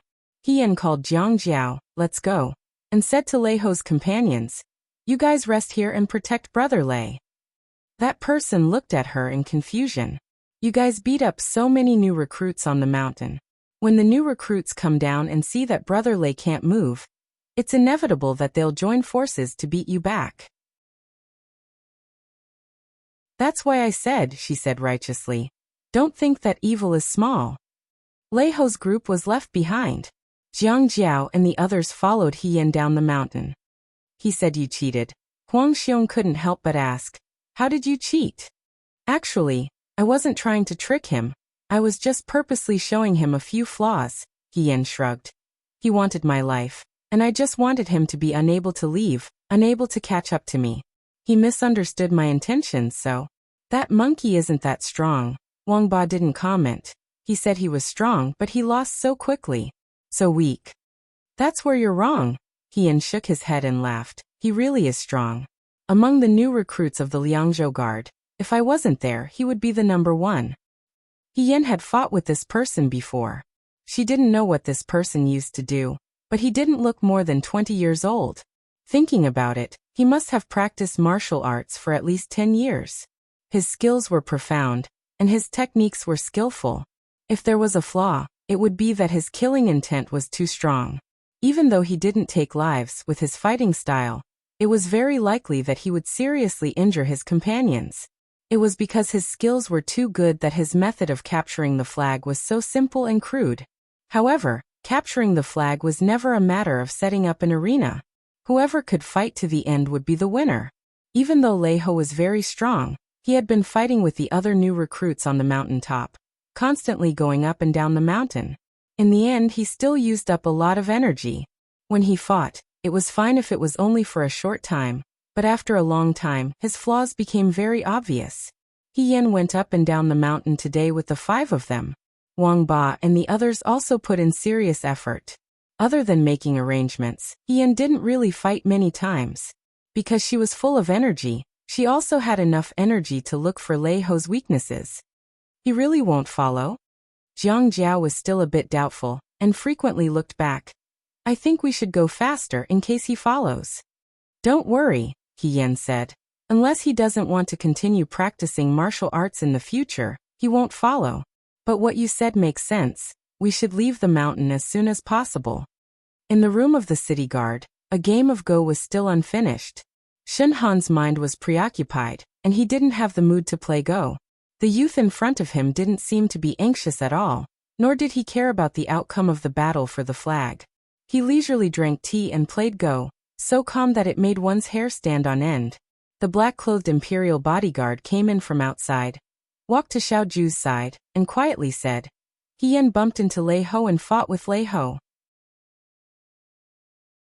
Lei Ho wasn't a match for him, and now all 20 flags are in He Yan's hands. He didn't avoid Shen Han, so these words were also heard by Shen Han, who immediately sucked in a breath of cold air. That Lei Ho, from the moment he went up the mountain to fight for the first flag, he had been noticed by them. This young man didn't reveal himself before, and if it weren't for this battle for the flag, they wouldn't have known that there was such a capable fighter in the Liang Province Guard. This person was even recommended by Instructor Du's relatives. At first, they didn't see anything special about him, but now they knew that he had real skills. This person went up the mountain to fight for the flag, and fought with others without losing a single battle. He was different from He Yan, who hid in the dark and ambushed people. He only knew how to be straightforward, and didn't know how to hide. Fortunately, his skills were excellent, and he defeated countless people, taking 14 flags in one go, twice as many as He Yan. Originally, Shen Han was very much looking forward to the meeting between Lei Ho and He Yan. He really wanted to see who would win if the two really fought. Shen Han thought that He Yan was used to playing tricks, and that he might not be able to defeat Lei Ho if he directly fought like this. After all, Lei Ho's skills were indeed powerful. He didn't expect that Lei Ho would still be defeated by He Yan. He Yan's group is already walking down the mountain, Fei Nu continued. They can enter the formation in another hour. Shenhan looked at Xiaoju. At first, he thought that there was no need to use a formation against a recruit. But now, Shenhan only had one thought in his mind. This young man was omnipotent, and there was nothing he couldn't do. He was afraid that this formation wouldn't be able to trap him. Xiaoju's face was calm. She lowered her eyes and picked up Shenhan's white chess piece. Shenhan asked in a low voice, "Governor, will he win?" Xiaoju's lips curled up. Maybe. The sun was gradually setting in the west. The sunlight changed from the brilliant gold of the day to a warm red. It seeped through the gaps between the branches and leaves, like a large piece of red clouds, soft and bright, like the red muslin worn by a girl. Wild birds chirped from the depths of the forest. It was probably because they already had 20 flags in hand, and victory was in their grasp. The group was in a very good mood. It was as if they didn't come to the mountain to compete for flags, but came out to play. At this moment, they were preparing to go home. Wang Ba said, "When we go back this time, other than the possibility of entering the vanguard, will we be rewarded with something?" "There should be." He Yan casually asked, "What do you want?" "Wine. Of course it's good wine. I haven't drunk much since I came here. I'm dying of thirst." Wang Ba complained. "If I could have wine to drink, I would have more strength than I do now. That's wine, not medicinal cuisine." He Yan found it a little funny. "Can you give me some good weapons?" Jiang Jiao said, "When I joined the army, I didn't bring any weapons with me. The long spear in the training field isn't very convenient to use. If I could be rewarded with a good long spear, that would be good." Huang Xiong touched the prayer beads on his neck and said, "I just want to eat hot beef. Drinking big bowls of wine and eating big chunks of meat. That's the way to live." Shirtu pondered for a long time before saying, "Bring Xiao Mai up the mountain. He has always wanted to hunt rabbits." Out of the 4 people, 3 of their wishes were related to eating and drinking. Ian didn't know whether he should praise them for having no desires.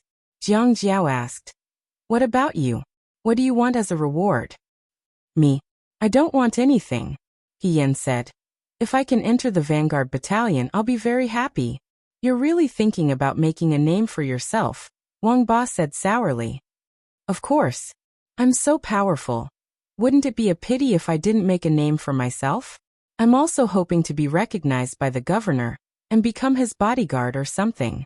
Ian thought that if that was the case, he could meet Xiaoju every day and find out news about the He clan. "Just think about it." Wang Ba rolled his eyes. "If you succeed, I'll call you Dad." Ian. As they were talking, Huang Xiong stopped and said, "Have we been going around in circles? Why do I feel like we've been here before?" "Forget it," Wang Ba said. "Do you know the way?" "I also feel like we've been here before," Jiang Jiao said. Ian didn't say anything. Shirtu took out a straw rope from his pocket and walked to a tree in front of them. He reached out and tied it to a tree, saying, "The mountain path is complicated and the trees look similar. It's normal to make a mistake. Let's continue walking." The group continued walking. After walking for a while, they saw a tree in front of them. The straw rope that Shirtu had tied to the tree was tied to it. This time, everyone was silent. After a while, Wang Ba opened his mouth. His voice trembled slightly. He said, "Are we going around in circles?" The more he spoke, the more excited he became. He rambled on. "I heard from one of the advisors on our mountain that he started walking on the mountain path the night before. When he reached a certain place, no matter how he walked, he kept walking in circles. He had no choice but to sit down and sleep in his clothes. The next morning, well, guess what happened?" He deliberately kept them in suspense, but no one answered him. Wang Ba said angrily. When he woke up, he found himself in a graveyard. Ian facepalmed. "Brother Wang, now is not the time to tell ghost stories." "What are you afraid of?" Huang Xiong said in a low, muffled voice. "I have the Buddhist prayer beads. Demons and ghosts can't get close to me. But you..." He turned to look at Hiyan. "Did you remember the way wrong?" "No," Hiyan said. "Then why did you suddenly get lost?" Jiang Jiao was also puzzled. Although Mount Baiwe was big, it wasn't to the extent of getting lost. They were fine when they came up, So how could they not find their way down the mountain? We are indeed going down the mountain, He Yan said. But we are also going around in circles here. A thought flashed through her mind, and she walked to the tree with the straw rope tied to it. She looked around for a bit. This was a wild area. The trees were not as dense as the ones at the top of the mountain. The ground was overgrown with weeds, and there were a few pieces of shirtu scattered everywhere. Shirtu? Yan's heart skipped a beat. She walked a few steps forward and saw a pile of rocks. She bent down to take a closer look. A few huge rocks were randomly piled together without any shape. They looked like they were casually moved here by the hunters when they were resting on the mountain. Why are you staring at this pile of shirtu? Wang Ba asked. Are there words on it? Yan straightened up and said, there are no words on it, but this is why we can't get out. What? Jiang Jiao and the others also gathered around. They were all looking at the shirtu, but they couldn't figure out what it was. Shirtu frowned and asked, what is the meaning of this? Chimenduanjia, the 8 gates of life, injury, rest, obstruction, view, death, shock, and opening. Someone set up a formation here, Yan said. We entered the formation, so we are going around in circles. Everyone could understand her words separately, but they didn't understand when she put them together. Everyone looked at her. They didn't even know where to start asking questions. Yan was also puzzled. There was no sign of Wang Xiaohan anywhere. This meant that Wang Xiaohan and the others had already gone down the mountain. They couldn't have broken the formation. This meant that there wasn't one before. Then why was there one now? Who set up the formation specifically for her? Shenhan? Or Xiaoju?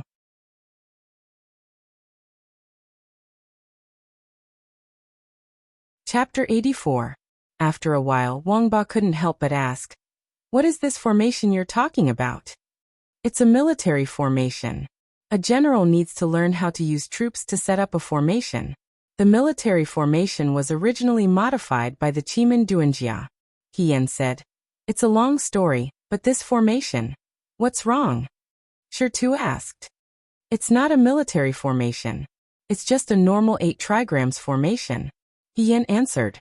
She really didn't understand why there was a formation here. There wasn't this formation when they went up the mountain. Wang Xiaohan and the others didn't see it either. It seemed like it was prepared for them, or for her. But why? Then can you walk out of here? Jiang Jiao stared at her face and asked. Of course. This time, Huang Xiong was also surprised. You even know how to do this? Yan smiled. I only know a little. Her only know a little usually meant very well. Everyone was speechless. Yan knew that there must be guards hiding in the dark to observe their situation on the mountain. At this moment, her words and actions were probably being watched by the eyes in the dark. She couldn't reveal that she wasn't good enough. Maybe Xiaoju specially set up this formation for her to test her ability? After all, she had never seen a flag battle where she had to break a formation. It seemed like it wasn't easy to enter the 9 Flags Battalion. If everyone in the 9 Flags Battalion knew how to break a formation, then the 9 Flags Battalion really wasn't simple. Xiaoju had such a strong cavalry. No wonder she was invincible. With that thought, she said, follow me. Follow the way I walk. Don't take a wrong step. Yan was rarely this serious. Jiang Jiao and the others didn't dare to be careless.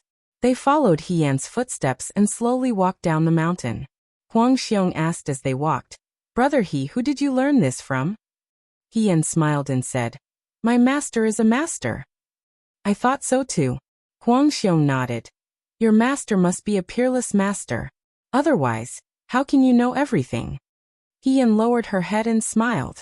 She didn't answer. In fact, General Fei Hong was brave on the battlefield. It wasn't rare. The world didn't lack of heroes who weren't afraid of death. Although she was skilled, she wasn't the best in the world. She didn't need to mention fighting a group of heroes by herself. General Fei Hong was best at arranging troops and formations. Her master was indeed a peerless expert, but as a woman, she was born inferior to a man in terms of physical strength and physique. One must know how to play to one's strengths and avoid one's weaknesses. If one could learn how to arrange troops, deploy troops, and dispatch generals, it would be much more effective than if she went to the battlefield alone to fight. Her master was most proficient in the art of divination, so she learned it and combined it with the art of war. Finally, she became a famous general of her generation, Fei Hong. Generals should learn how to train troops and set up formations, but why did the Nine Flags Battalion have to learn this as well? He Yin couldn't figure it out. She couldn't find a clue. She could only give up and walk down the mountain. Actually, she could directly break the formation here and destroy it. However, Yin wasn't sure if the formation was prepared for her. If it was prepared for someone else and she destroyed it, what would happen to the people who came after her? Therefore, she led Jiang Jiao and the others out through the life gate. Breaking the formation was as easy as flipping her hand for her. She was familiar with it. However, in the eyes of the secret watchers, it was a big deal. Ma Damei and Liang Ping were hiding in the dark. When they saw He Yin and the others leave, they opened their mouths and looked at each other. They saw the surprise in each other's eyes. He left just like that. Liang Ping stuttered. As if nothing happened. Ma Damei said. He Yin didn't even stop to think. He didn't think about how to break the formation. He just glanced at it and knew how to get out. They actually had such a person among the new recruits. Until now, there didn't seem to be anything that could stop him. This should have been a good thing. He was a heroic young man who was outstanding. Anyone who had such a hero under their command would feel that they were lucky for several lifetimes. However, the current situation was complicated. She didn't know if it was a blessing or a curse based on Chief Instructor Shun's words. The forest was dense. Half of the sun had already set. He Yin and the others walked out of the formation. She stopped and looked back. The formation made of shertu and dried branches was so blurry that she couldn't see it clearly. Are we walking out? Wang Ba asked. That's right. Wang Ba was happy. Damn it. There's nothing to stop us this time, right? I estimate that we'll be down the mountain in less than an hour. Jiang Jiao was also happy. It's almost over. He saw that He Yin was still looking behind them. He asked, is there anything wrong? Nothing. He Yin shook her head. She still felt that the formation was inexplicable. When she fought with Lei Ho, there were also some strange places. These discomforts were like small stones falling into her boots. It made her panic. It made it difficult for her to feel happy. She only felt that she had overlooked something and was somewhat uneasy. It's getting dark. Let's go down the mountain early, Huang Xiong said. He Yin collected her thoughts and only said, let's go. The sun didn't pass by Yu Mountain and fell into the Wulu River. Half of its body sank into the river. The water surface was bathed in the setting sun. It was as if a woman's makeup box was opened and pearls were scattered all over the surface. The pot of tea in the room was already cold. It was evening. The wind was soft and the curtains were green. The autumn scenery was far away. Two people were playing chess. One of them was anxious and the other was calm. Someone walked in from outside and said, the first team is down the mountain. Shen Han looked at Fei Nu and waited for Fei Nu to say the name. It's He Yin. With these three words, Shen Han's body leaned back slightly. His entire body relaxed. This result was both unexpected and reasonable. He had long guessed that this would be the result, but he had some doubts. Now that his suspicions were confirmed, he was momentarily at a loss. The black piece was placed. The youth in front of him raised his head and said indifferently, you've lost. Shen Han. Governor's chess skills are superb. I'm ashamed of my inferiority. In this half-day he hadn't won once. He didn't know why Xiao Ju was in the mood to play chess like this. Governor, they've gone down the mountain. Should we reward them now? No need, Xiao Ju curled her lips. Du Mao will do as he sees fit. 5 days from now is the Mid-Autumn Festival. We'll reward them on that night. Regarding the Vanguard Battalion, should we let He Yin enter? Shen Han asked hesitantly. He Yin had already won first place. Naturally, he should enter the Vanguard Battalion. But his identity was suspicious. Right now they didn't know if he was a friend or foe. Wasn't it a bit inappropriate to hastily agree? No. The youth stood up and looked at the osmanthus trees outside the window.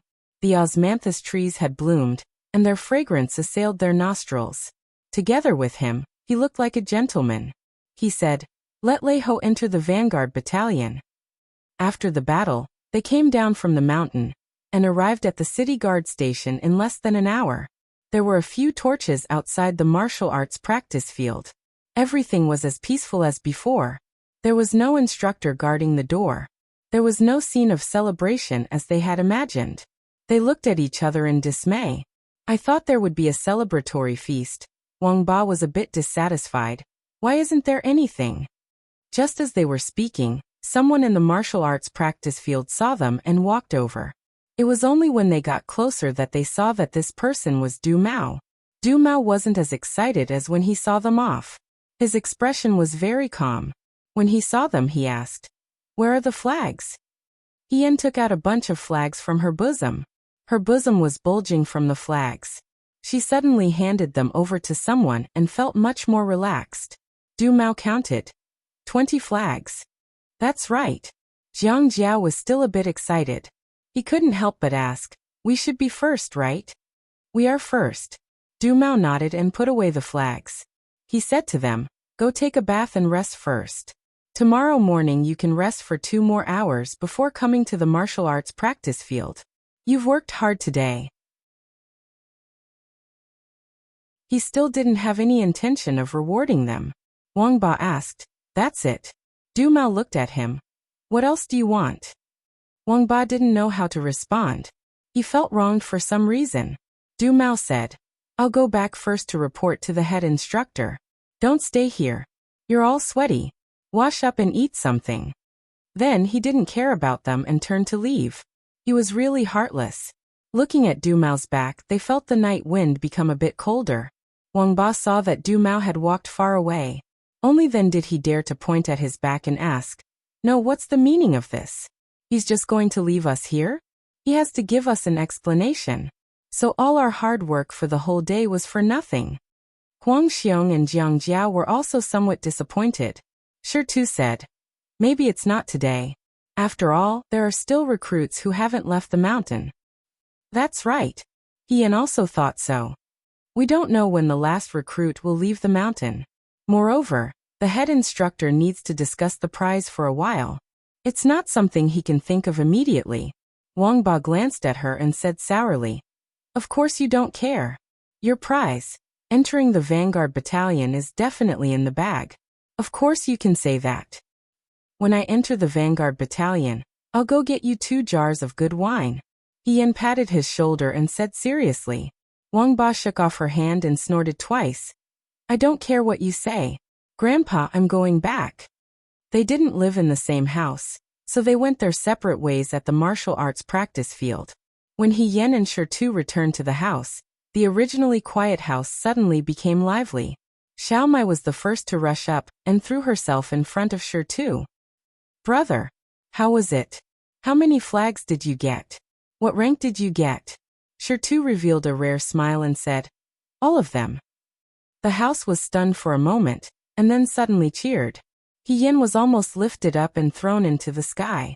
Hong Shan shouted exaggeratedly, "All of them? You guys are too hard-working. Ahi, you're good.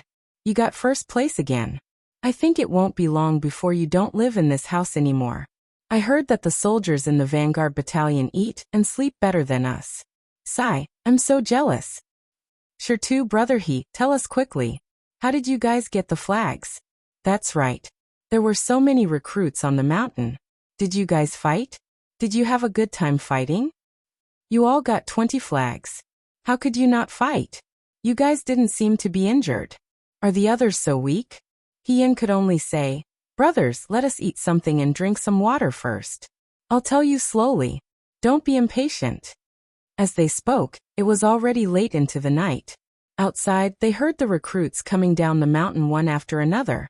Not a single one was missing. Hien felt relieved. When it was late at night and there was no one around, he sneaked to the riverside to take a bath. The long summer was finally over. The river gradually became cold. Hien couldn't help but shiver when he didn't get into the water. She was a little worried. It was still okay in summer and autumn, but in winter, she couldn't go to the bathroom with the recruits to take a cold shower. She didn't know how cold the river would be. The cold was secondary. What excuse could she use to explain why she didn't use hot water and instead took a cold shower in the river? Other people would think that she was crazy. Therefore, she had to enter the Nine Flags Battalion as soon as possible. Xiaoju didn't lack money and he was also a young master. He wouldn't mistreat his confidant. It would be more convenient than now. He Yan's body gradually adapted to the cold. She splashed some water on her body and used Xiaomai to wipe her spleen. All the new soldiers had already left the mountain, and there was no news of anyone falling down. This also meant that the array on the mountain path should have been removed after He Yan and the others left. The formation was indeed prepared for her. He Yan thought that Xiaoju really wanted her to enter the Nine Flags Battalion, and deliberately tested her qualifications. Since that was the case, Xiaoju should be satisfied with her after she passed the test. She would definitely enter the Nine Flags Battalion. In the future, she still needed to perform more. This way, the more satisfied Xiaoju was with her, the more likely she would become his confidant. It would be best if she could become his right-hand woman. He Yan always felt that something was wrong when she fought with Lei Ho today. She thought about it but couldn't figure out what was wrong. Even now she still felt the same. She could only shake her head and think of a reason to fight with this person again in a few days. Maybe she could figure out the crux of the problem. However, this person didn't show any mercy. She still had to be careful. He Yan rinsed the foam off her body and wiped her body with a cloth. Then, she put on her clothes and walked back to her room. Ever since she bumped into Xiaoju at the Wulu River, He Yan had to walk very far away every time she took a bath. She didn't want to bump into him again. No matter how she thought about it, she had been very cautious as a new recruit. The next day, all the recruits who went up the mountain the day before rested in their tents for 2 hours. Cheng Lisu came to find He Yan. Young Master Cheng brought 2 round pomegranates for He Yan. He sat cross-legged on her couch and said, "I only found out last night that you guys went to fight for the flags. My uncle locked me in my room for the whole day. I copied books for the whole day. If I knew, I would have come to see you guys."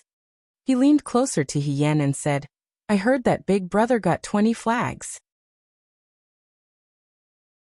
This time, you are the #1 recruit in Liangzhou."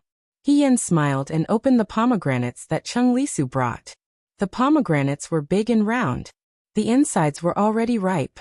When he opened them, each one looked like red crystals. Just looking at them made one's mouth water.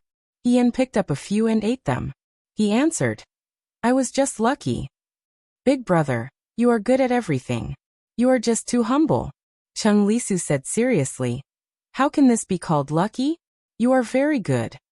"Since I am so good," He Yan wanted to get some information from him.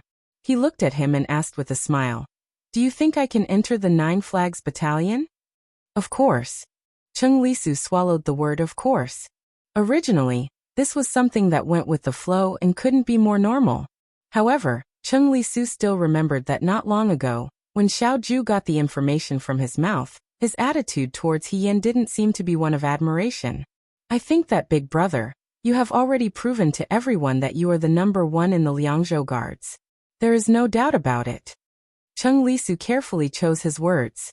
Any ordinary person would choose you to enter the Nine Flags Battalion. His words were very clear. Any ordinary person.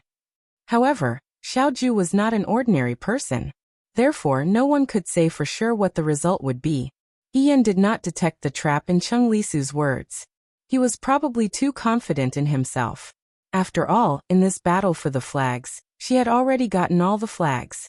This was enough to show how good she was. Moreover, in the battle for the flags, He Yan thought about it carefully and felt that his performance was very outstanding. He knew how to use people, how to set up traps, and how to use tricks. He did not lose when he fought against Lei Ho. Even Xiaoju's final formation was easily broken. He Yan felt that even in Xiaoju's Nine Flags Battalion, he could be ranked first or second. How could Xiaoju let go of such a good talent? She was very happy, so she did not notice that the happier she appeared, the more guilty Cheng Lisu appeared. "However, do you know when the rewards will be given?" Yan asked. "It wasn't yesterday. If it isn't today, then it should be in the next few days. You and your uncle are inseparable, so you should know a thing or two." Cheng Lisu sighed in relief. He could answer this question.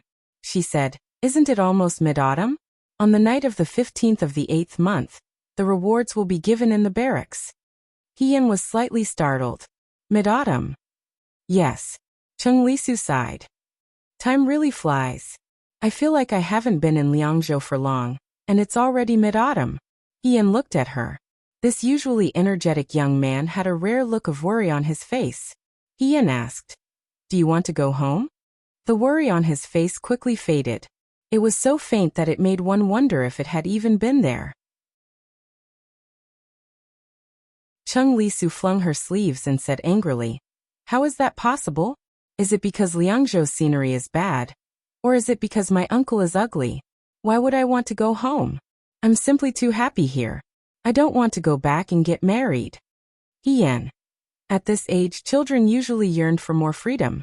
Chung Lisu turned to him and asked, "Big brother, what about you? Do you want to go back?" The young man lowered his eyes. The shadow of his body made it difficult to see his expression clearly. Her voice was also smiling, but there was a hint of disappointment in it. She said, "It's okay. I don't really miss home." The next few days were as usual. The discussion about the battle for the flag was only lively in private among the recruits. Everyone was talking about what kind of reward the first-place winner would receive. The instructors were very calm. They were very tight-lipped and did not reveal anything. The more they thought about it, the more excited they became. The autumn moon became more perfect day by day. In the blink of an eye, for days had passed and mid-autumn arrived.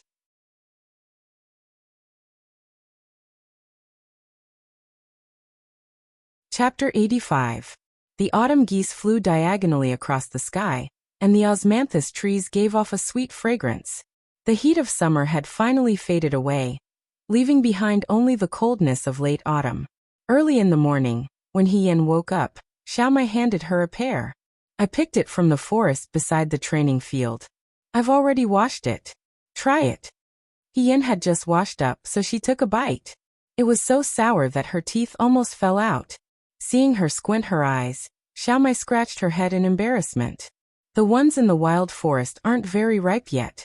It should be sweeter after a while. But since it's autumn now, there are a lot of wild fruits in the forest. We can secretly pick a few every day after training, marinate these sour pears with sugar, and make them into rock sugar snow pears. They're very delicious." This child only thought about eating every day. Hien said, "There's no sugar here." Xiaomai was stunned for a moment. Then she seemed to realize something. She said with some disappointment, "That's true." "Not necessarily." Hong Shan, who had been watching them talk from the side, interjected, "Aren't we going to talk about merits today? You and Shirtu got first place in the competition for the flag last time. Who knows, there might be candy in your reward today. Maybe there's something delicious, like rock sugar snow pears." When this was mentioned, Xiaomai suddenly became excited. She said, "That's right, Ahige. We're going to talk about merits tonight. Have you thought about what you want?" "I can't get whatever I want." Hien smiled. "The garrison isn't the capital, so there's a shortage of resources. He just wants to enter the vanguard battalion." Hong Shan also took a bite of the pear and said vaguely, "This request will definitely be fulfilled." Hien smiled. These past few days, although she appeared very calm, in the end, she was still somewhat excited. Once she entered the 9 Flags Battalion, it meant that she was one step closer to Xiaoju. She would also be able to openly deal with the He clan's matter. Thinking about it, she would be able to fulfill her wish tonight. Up until now, her path in the army had been quite smooth. After all, being a General Feihong was something that people would fight over no matter where she went.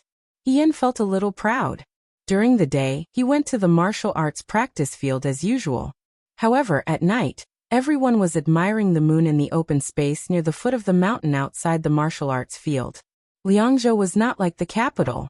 Naturally, it would not be like the wealthy families of the past. They would either hold banquets in their own courtyards, restaurants, or pleasure boats. They would invite their colleagues and friends and fill the table with delicacies. Admiring the moon in Liangzhou was nothing more than lighting a bonfire. The recruits would sit in a circle and eat something rare. Perhaps there would be rice wine. His companions bragged, gossiped, drank wine, ate meat, and looked at the moon. That was all. In the afternoon, Hien went back to his room and changed into a clean set of clothes. The new recruits of the Liang Province Guard had uniforms for spring, summer, autumn, and winter.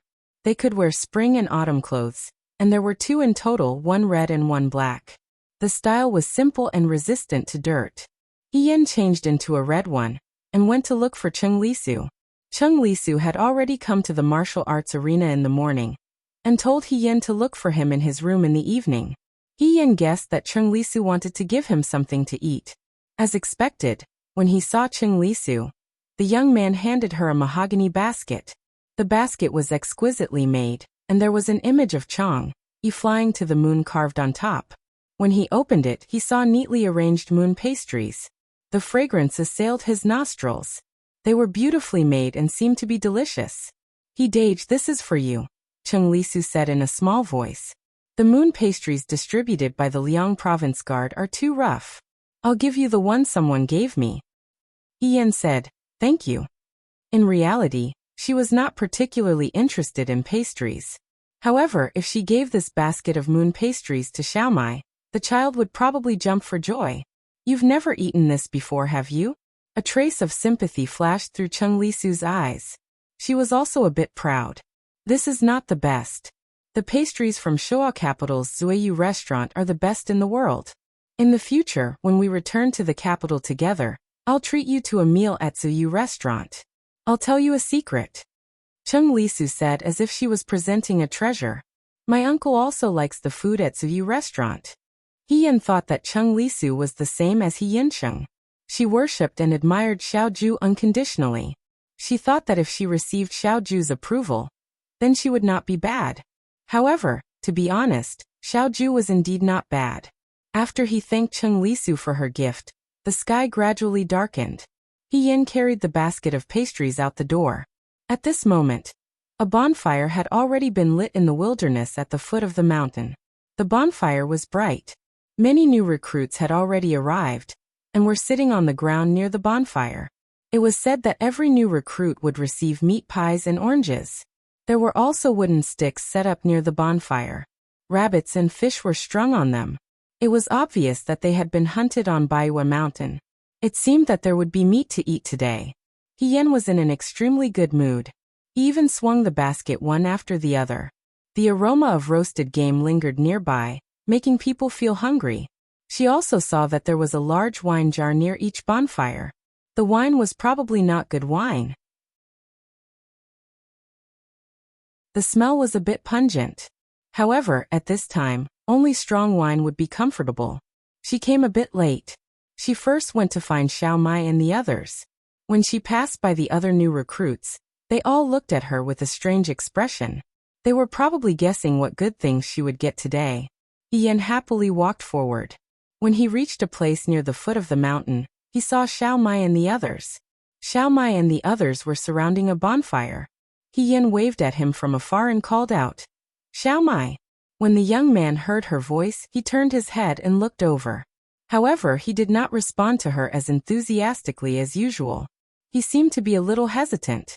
Hien walked closer to take a look. Other than Hong Shan and Shitu, Jiang Jiao Wangba, and Huang Xiong were also there. The 3 of them gathered together. Hien put down the basket in his hand and sat down cross-legged. He opened the basket lid and said with a smile, "Look what I brought for you. You don't have to thank me." She picked up an exquisite moon ball and handed it to Xiaomai. This child was used to being greedy. She said, "Here." Xiaomai was stunned for a moment. She slowly reached out and took it. She opened her mouth and wanted to say something but did not say it. Hien said to the others, "If you want to eat, take it yourself." No one responded to her. Hien raised his head. Everyone was staring at him. The way they looked at him was a little strange. Even the carefree Hong Shan was strangely silent. Hien asked suspiciously, "What's wrong? Why do you all look like you've seen a ghost? Did something happen?" Hong Shan turned his head. Jiang Jiao's eyes flashed with a trace of sympathy. He said, "Hien, don't be sad." "Why would I be sad?" Hien was confused. The atmosphere was suffocating. He Yan looked at Huang Xiong. Huang Xiong looked away and rubbed the prayer beads in front of his chest. He looked like he had nothing to do with the affairs of the world. However, Wang Ba could not help but say, "Well, even if you didn't enter the vanguard, don't be too sad. Where there's a will, there's a way." He Yan breathed a sigh of relief and said, "I was wondering what happened. How could I not enter the vanguard?" Her words suddenly stopped. She looked at everyone. Everyone's faces were unbearable. She moved her lips and heard her own voice.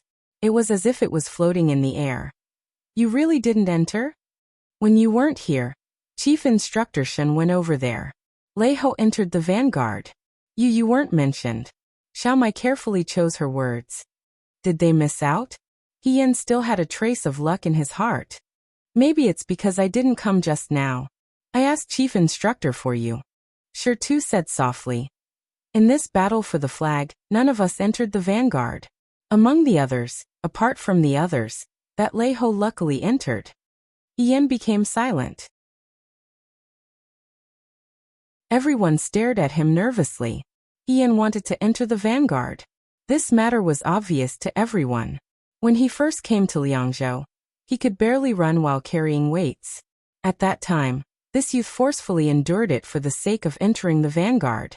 His skills were so outstanding, and he even obtained first place in the battle for the flag. Not only did he not understand, but even in the eyes of the people around him, they also felt that it was incomprehensible. "It's okay, don't be angry." Hong Shan comforted her. "Isn't it just the vanguard? We don't care. Let's go to another camp. Infantry camp, cavalry camp? As long as you have the ability, why worry about not being appreciated?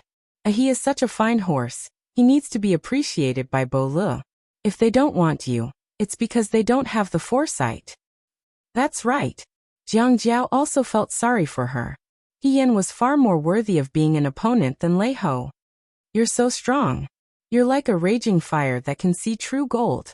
In the future, people will know." Everyone was talking at once to comfort her. But when they saw the youth, who had always been bright and cheerful, for the first time, lowering his head and not saying a word, his entire body filled with dispiritedness and dejection, they gradually quieted down. Hong Shan poked Xiao Mai's arm, indicating for Xiao Mai to say a few words. Xiao Mai was racking her brain to think of something to say, when He Yan suddenly stood up. Without saying a word, he was about to walk out. Hey, where are you going?" Huang Xiong grabbed him. The youth hatefully said, "I'm going to find Xiao Ju and ask him why he chose Lei Ho and not me. What part of me can't compare to Lei Ho? My name isn't even in the vanguard." Hong Shan was shocked. He didn't think that He Yan would angrily call out the governor's name. He hurriedly stopped He Yan's movements. "You can't be so impulsive. If you go find military governor Xiao now, it will only make him unhappy. In the future, it will be even more impossible for you to go to the vanguard." Yes. Xiao Mai clumsily tried to persuade him. "Ahiga, military governor Xiao might be deliberately keeping you around so that you can do something else, such as go to another battalion. You're so powerful, there's no reason for him not to choose you." "I'm powerful." He Yan was so angry that his face turned green. "Let Xiao Ju stand in front of me and we fight. I don't think he'll be able to beat me." Jiang Jiao hurriedly covered He Yan's mouth. For him to say such words, it could be seen that he was really angry. Everyone was afraid that he would find trouble with Xiao Ju in a fit of anger, so they hurriedly pulled him back to his seat. Huang Xiong said, "Young man, don't be so impatient. As long as you're alive, you won't have to worry about firewood. Right now, he's the military governor, and you're a new recruit. How can you speak to him as an equal? Wait until you become an official and a general in the future. Then you can look at him again. Then we'll have to wait 8 to 10 years. Wang Ba muttered. Who knows if he'll become a general? Jiang Jiao also said, this military governor Xiao is really something. We're clearly first, and Lei Ho was defeated by He Yan. Why would he abandon He Yan and choose Lei Ho? I heard. Wang Ba thought for a moment. That Lei Ho seems to have some relationship with one of the instructors here. They might be relatives. Maybe he got in through the back door. I think these nobles have power and influence, so they don't care about the lower class. Xiao Mai couldn't help but say, Military Governor Xiao isn't that kind of person. There must be some misunderstanding. Wang Ba rolled his eyes at him. Whose side are you on? Xiao Mai didn't say anything. Everyone. He Yan suppressed his anger and said, I have a terrible headache. Can you give me some peace and quiet for a while? Everyone immediately fell silent. The bonfire danced in front of them. The night sky was dyed red by the flames. He Yan couldn't understand why Xiao Ju would choose Lei Ho to enter the vanguard battalion. She admitted that she had been blind for some time, but compared to Xiao Ju's blindness, she was still far from it. Could it be that she didn't perform well in the Liang Province Guard? She couldn't have performed better. Didn't she fight for many flags? She didn't leave any face for others. She even broke through a formation that a normal recruit found difficult to break. How could Xiao Ju not be moved by such a talent?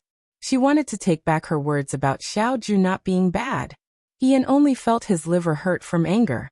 He didn't think that this wasn't the end. After a while, Chief Instructor Shen walked over. Under everyone's gaze, he ordered people to carry a small box over. He said to everyone, You're all here. It's good that we won first place in this flag battle. Tonight is also the Mid-Autumn Festival. This is your prize. Xiao Mai went over and opened the box.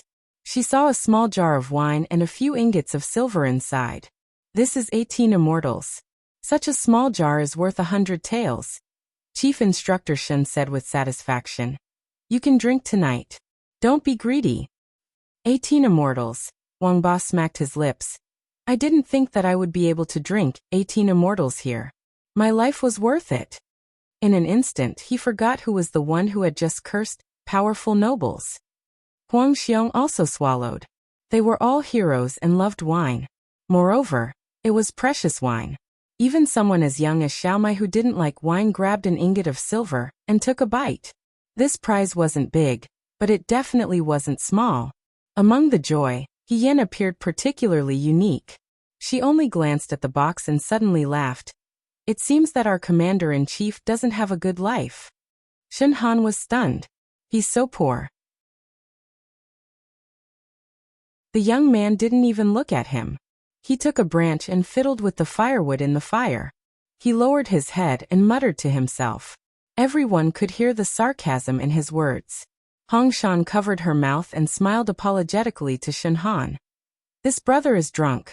He's drunk, he's talking nonsense. Chief Instructor, please don't lower yourself to the same level as a child. Shen Han inexplicably left.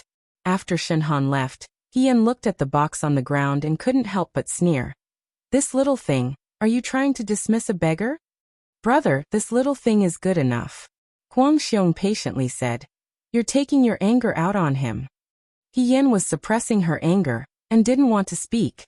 Huang Xiong sat down beside her and held her shoulder. Looking at the dancing flames in front of him, he said in a low voice, Young person, don't be disheartened. It's just that you've encountered a hurdle. Look at me. He pointed to himself. You've only lost a chance to enter the vanguard. Back then, I had nothing.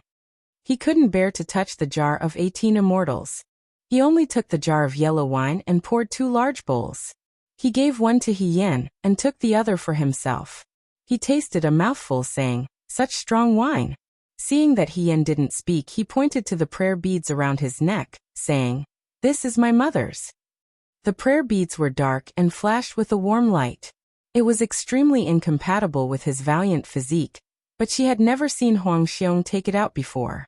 He then pointed to the blade beside him. This blade has killed 19 people. These words were somewhat frightening. For a moment, even Wang Ba and the others looked at him. The light in He Yan's eyes moved slightly, looking at her. Seeing that she finally reacted, Huang Xiong said in a low, muffled voice, Back then, I was as old as you. Our family had a blade manual that was passed down from our ancestors. After someone found out, they came to buy it. My father refused to sell it. At that time, my companions and I went outside to cool off. After we came back, our entire family was silenced. All of our belongings were still in the house, but the blade manual was missing. Xiao Mai cried out in alarm. This is, for the blade manual, someone exterminated my entire Huang family. When Huang Xiong said this, His expression was very calm. She didn't know if it was because too much time had passed, or if it was because of something else. He said, I reported it to the government, but the local officials couldn't do anything about it. Therefore, I personally investigated it. I used up all of my family's wealth, and carried a blade for 1,000 li alone, searching for traces of the culprits. After a full 3 years, I finally found where they were. I was afraid that I wouldn't be able to take revenge and would instead lose my life. I wasn't afraid of death, but I didn't want to die in vain. I was the only one left in the Huang family. If I died, no one would seek justice for them. Therefore, I pretended to be a coolie and entered that family's house. During the day, I observed the terrain and their daily habits.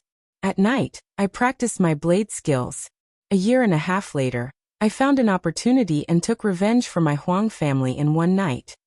This story was thrilling, but he told it in a casual manner. The danger in it could be imagined. However, the bald man's eyes were only calm. He looked at He Yan and said, 10 years is not too late for a gentleman to take revenge. If I risked my life to seek justice from them at that time, in the end, it would only be a life and death struggle. But now you see, the enemy is dead, and I'm still alive. I can even drink wine and eat meat with you here. Tell me who won. He wanted to use his own matter to tell He Yan not to act on impulse. He Yan smiled and was about to speak when he saw Jiang Jiao reach out and pour himself a bowl of yellow wine. He raised his head and took a big gulp. He was not as good at drinking as Huang Xiong. His face was red from the spiciness of the wine. He reached out to wipe the wine stain on his lips and blurted out, That's right. Who doesn't feel sad at times? What are you doing? Look at me, the young master of the martial arts school. That sounds good. I also have a fiancé. Xiao Mai widened her eyes and was about to ask, but Shirtu nudged her and made her quiet down. Do you know how she died? Jiang Jiao's eyes were a little red. He said in a muffled voice, She died for love.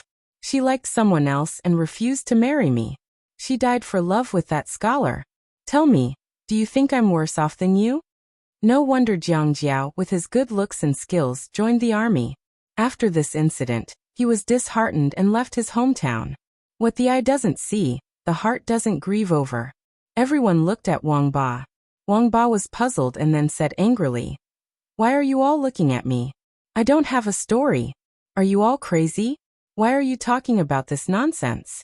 Are you all here to see who is worse off?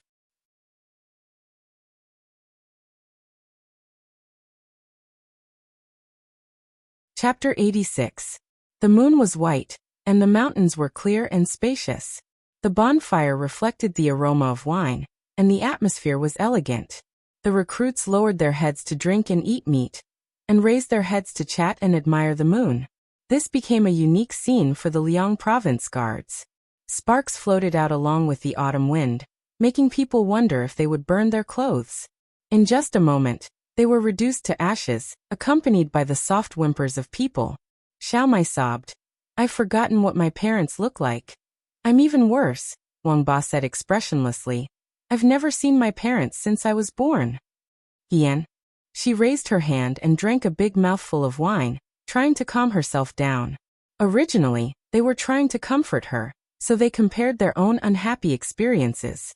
In the end, it became a comparison of who was more miserable. This was great.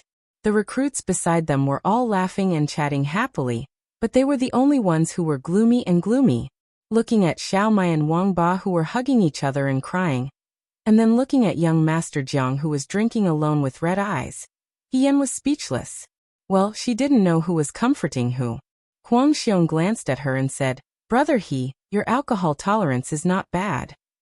He Yan was stunned and looked down at herself. Unknowingly, she had already drunk 3 bowls.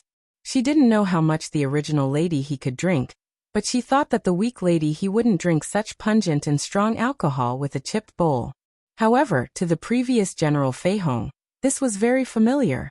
When it was cold, when she was afraid, when she was upset, when she was hungry, if she had alcohol at hand, she could temporarily resist the difficult times. Alcohol could drive away the cold, strengthen one's courage, satisfy one's hunger, and drown one's sorrows. When she was in Shuajing, She didn't touch a single drop of alcohol, afraid that she would be exposed. When she was in the Fuyue army and in Mo County, she gradually became used to drinking. She had also trained her alcohol tolerance. None of the young generals and new recruits in the tent could drink as much as her. Sometimes, when celebrating a great victory, she was the only one who could drink until the end.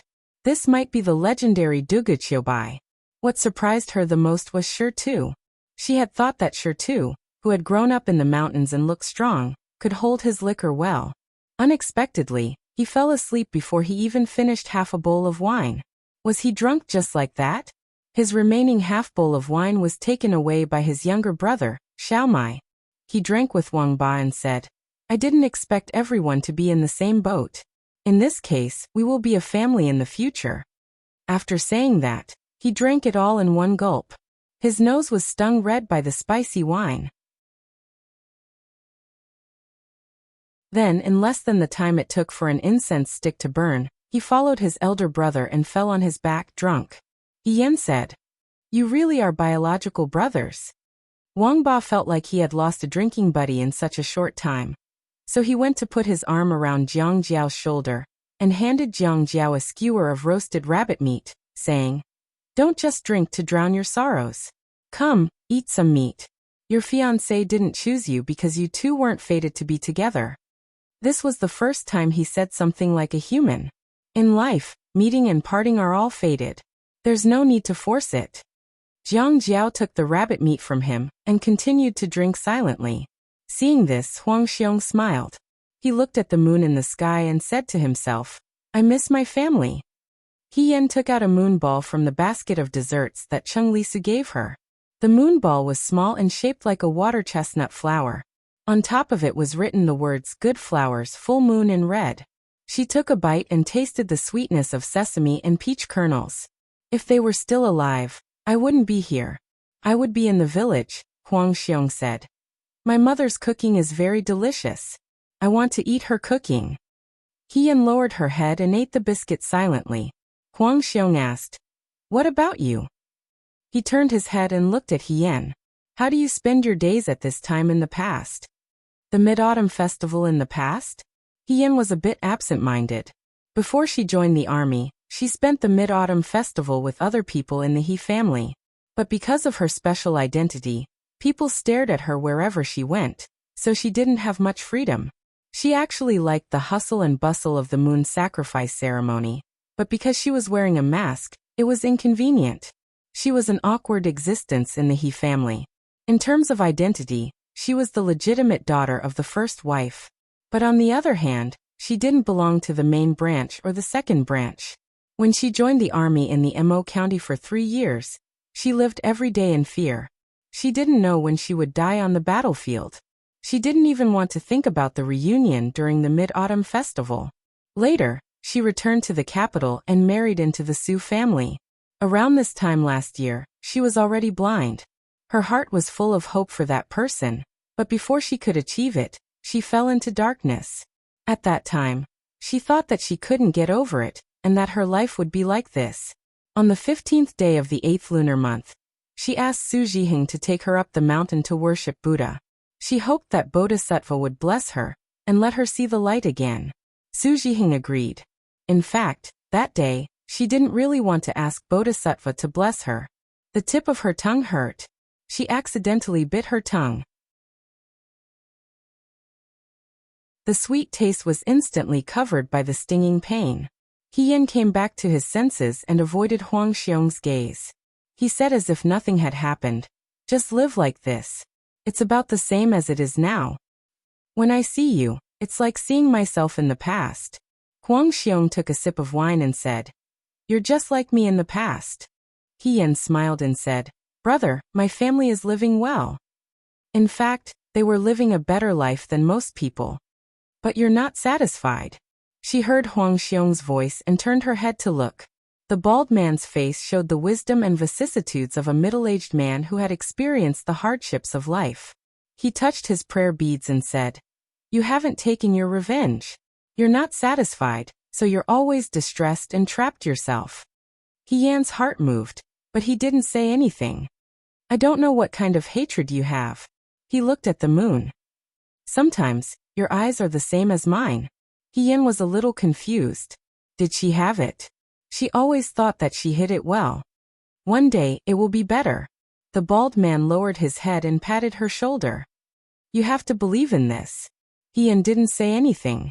He silently picked up his bowl and drank. Huang Xiong didn't say anything. He ate meat and drank wine by himself. Wang Ba was also a little drunk. He sat there holding his head and smiled foolishly. Jiang Jiao buried his head between his knees. It wasn't clear if he was crying or sleeping. The instructors also gathered together and ate meat and drank wine around the bonfire. They finally saw the results of the hard training in the past few days on this batch of recruits. They were all a lot more relaxed. Cheng Lisu also mingled with them. He was a young master from the capital, and had never tasted this kind of novel way of playing. Even the roasted rabbit legs sprinkled with coarse salt was delicious. He originally wanted to talk to Hien when he had the time, but after drinking a mouthful of wine, he felt his legs go weak. He couldn't walk and sat back down. The instructors laughed kindly. Someone said, "Young Master Cheng, you still need to practice your alcohol tolerance. With this little alcohol tolerance, you can't be a soldier of the Liang Province Guard." "I'm not a soldier of the Liang Province Guard," Cheng Lisu muttered. "I just came here to have fun." This child could always say that he couldn't do it. If he was a grandson of the instructors, he would have been picked up and beaten 10 times. But this person was Xiaoju's nephew, so everyone said, "Young Master Cheng is so open-minded. It's not good to drink too much. My wife doesn't allow me to drink. Let's all learn from young Master Cheng." "But young Master Cheng," Liang Ping asked him, "is the governor really not coming to have fun with us?" "Uncle doesn't like noisy places," Cheng Lisu replied. "He definitely won't come." Everyone felt that it was a pity. Some people felt that Xiaoju was too unreasonable. After all, it was the Mid-Autumn Festival. A general who didn't even have fun with his subordinates during the Mid-Autumn Festival was too arrogant. But there were also some people who didn't mind. Madamei chuckled. "Why don't we send some food and wine to the governor? It's hard to be alone during the festival." "There's no need," Cheng Lisu said. "My uncle won't drink this kind of low-quality rice wine." Everyone. Well, that was the second son of a Xiao family in Shuajing. He definitely wouldn't force himself to drink. Du Mao asked curiously, "Young Master Cheng, do you know how the governor's alcohol tolerance is? I heard that General Fei Hong won't get drunk even after 1,000 cups. I don't know if the governor is better or worse than General Fei Hong." When the instructors heard this, they immediately looked at Cheng Lisu with bright eyes. Whenever there was a discussion about who was better, General Fei Hong or General Feng Yan, it was always fresh. From swordsmanship to alcohol tolerance, from height to temperament, people wanted to compare them one by one. Unfortunately, the two of them had never appeared together except when they were outside the window. They had never personally competed. Moreover, General Fei Hong always wore a mask. Who was better was still a mystery. "Of course it's my uncle," Cheng Lisu answered without hesitation. "I've never seen my uncle drunk in my entire life." In reality, Cheng Lisu had never seen Xiaoju drink before. But he couldn't say this in front of the instructors. No matter how good General Fei Hong was, he couldn't be better than his uncle. Go, go, go, don't talk about people behind their backs." Shinhan waved his hand. "Drink, drink, why are you nagging like an old woman? Young Master Cheng, come let me toast you." "Young Master Cheng?" Young Master Cheng's cheeks were red. He was already drunk. It was night. The green curtain covered the bright moon. There were only a few figures on the bed. The sound of autumn was quiet. Someone was playing the guqin. On the moon, the magnolia had bones, and the person in the ice was like jade. A long sword hung on the wall like frost and snow. A young man in a robe had a handsome appearance. His expression was calm. When his hands touched the strings of the guqin, the music was moving and intoxicating. He was playing flowing light. The sound of the guqin was distant, like pearls falling on a plate. It was the night of the Mid-Autumn Festival. It was supposed to be a time of reunion. Even though the instructors of the Liangzhou Guards were thousands of miles away with their families, they were still gathered together, singing and drinking. It was not as quiet as him. He didn't seem to feel anything. He just focused on plucking the strings. His tied-up black hair hung over his shoulders. Under the moonlight, it was covered with a layer of coldness. From spring to autumn, from summer to winter, it seemed like it was just the blink of an eye. The moonlight was even colder because of his guqin. The night sky was as clear as water. The sound of the guqin seemed to float endlessly in the vast sky. It made people want to cry. Suddenly, something smashed into the courtyard. It made a crisp sound and interrupted the cold sound of the guqin. Xiaoju paused and raised his head. Through the window, he saw that something had been thrown in from outside the courtyard. He paused for a moment, stood up, and pushed the door open. At this time, a third thing came in and landed beside him. He bent down to pick it up and found that it was a stone. Slave Fei appeared from behind and said in a low voice, "Young master, outside." Xiaoju opened the courtyard door. A young man in red stood outside. He held a small jar of wine in his hand. The cork had been removed and the fragrance was strong. It was the 18 immortals. He was generous. It was such a small jar of wine. Ordinary people would hide it for a long time before they were willing to take a sip. Looking at him, he must have drunk a lot. This person was He Yin. Xiaoju looked at him indifferently. He Yin widened his eyes as if he just saw him clearly. He said, "Xiaoju." Fei knew who was behind him couldn't help but look at He Yin. He actually dared to call the young master by his name. He was really bold. "What are you doing here?" Xiaoju asked him. I thought about it again and again. The young man had drunk a lot of wine. His whole body reeked of alcohol, but his expression was normal. He didn't look drunk at all. It was hard to tell if he was drunk or not. He said, "You chose Lei Ho to go to the vanguard. I'm not convinced." "So Xiaoju." His mouth curved. "Let's fight." Before he finished speaking, he pounced towards Xiaoju. Fei knew who was behind him saw this, and was about to step forward. But he heard Xiaoju say, "Don't move." He didn't dare to move. The young man flew forward and raised his fist towards Xiaoju. Xiaoju dodged to the side and frowned at him. Ian didn't have a weapon. He came empty-handed. If he was an assassin, he would be too stupid. But his words were clear and his eyes were clear. He didn't look like someone who was drunk and had gone crazy. Xiaoju simply looked at him calmly, waiting to see what this person wanted to do. He Yan's attack didn't work. He turned around and attacked again. The young man's movements were nimble. He really wanted to fight, but his method was clumsy and crude. At first glance, it looked like a fight between students in a school. They only knew how to use their fists and feet to greet each other, but didn't care how accurate they were. Xiaoju dodged to the side again. After 2 consecutive failed sneak attacks, He Yan doubtfully muttered to himself, "When did my skills become so bad?" Fei knew who was waiting at the side. Did this young man think that he could beat second young master Xiao? He had long heard that this He Yan of the Liang province guard was arrogant and conceited. Now that he saw it, it was true. Young master really had a good temper. He didn't throw this arrogant brat out of the door. She was defeated time and time again, but she didn't feel discouraged at all. She immediately came at Xiaoju again, but this time, Xiaoju dodged her again. Xiaoju was just about to speak when she suddenly saw a black object pouncing at her from behind. She frowned, and without thinking, she drew her autumn drinking sword and slashed horizontally. Crash! That thing broke into pieces. He retreated a few steps, but it didn't touch him. He Yan, who came with the black object, couldn't dodge in time and was drenched from head to toe. The moon was full and the wind was fresh. The osmanthus had just bloomed and the fragrance of wine filled the air. The ground was littered with the fragments of the 18 immortals. Each piece was fresh and fragrant. The young man frowned and looked over. She seemed to have been awakened by the fragments of the wine jars on the ground. She looked at Xiaoju and took a step forward. She looked like a young lady whose hairpin was stepped on in the flower market and said, "If it's broken, you'll pay for it." Fei Nu looked at her, and felt that this young man was really drunk. Otherwise, he wouldn't be speaking so confidently and incoherently. She whispered to Xiaoju, "Young master, do you want me to take him away?" Xiaoju raised her hand to stop her, and shook her head lightly. The master and servant had been together for many years. They could tell what the other was thinking with just one look. Fei Nu immediately understood why Xiaoju didn't throw He Yan out immediately. It wasn't because she had a good temper, but because she wanted to test He Yan.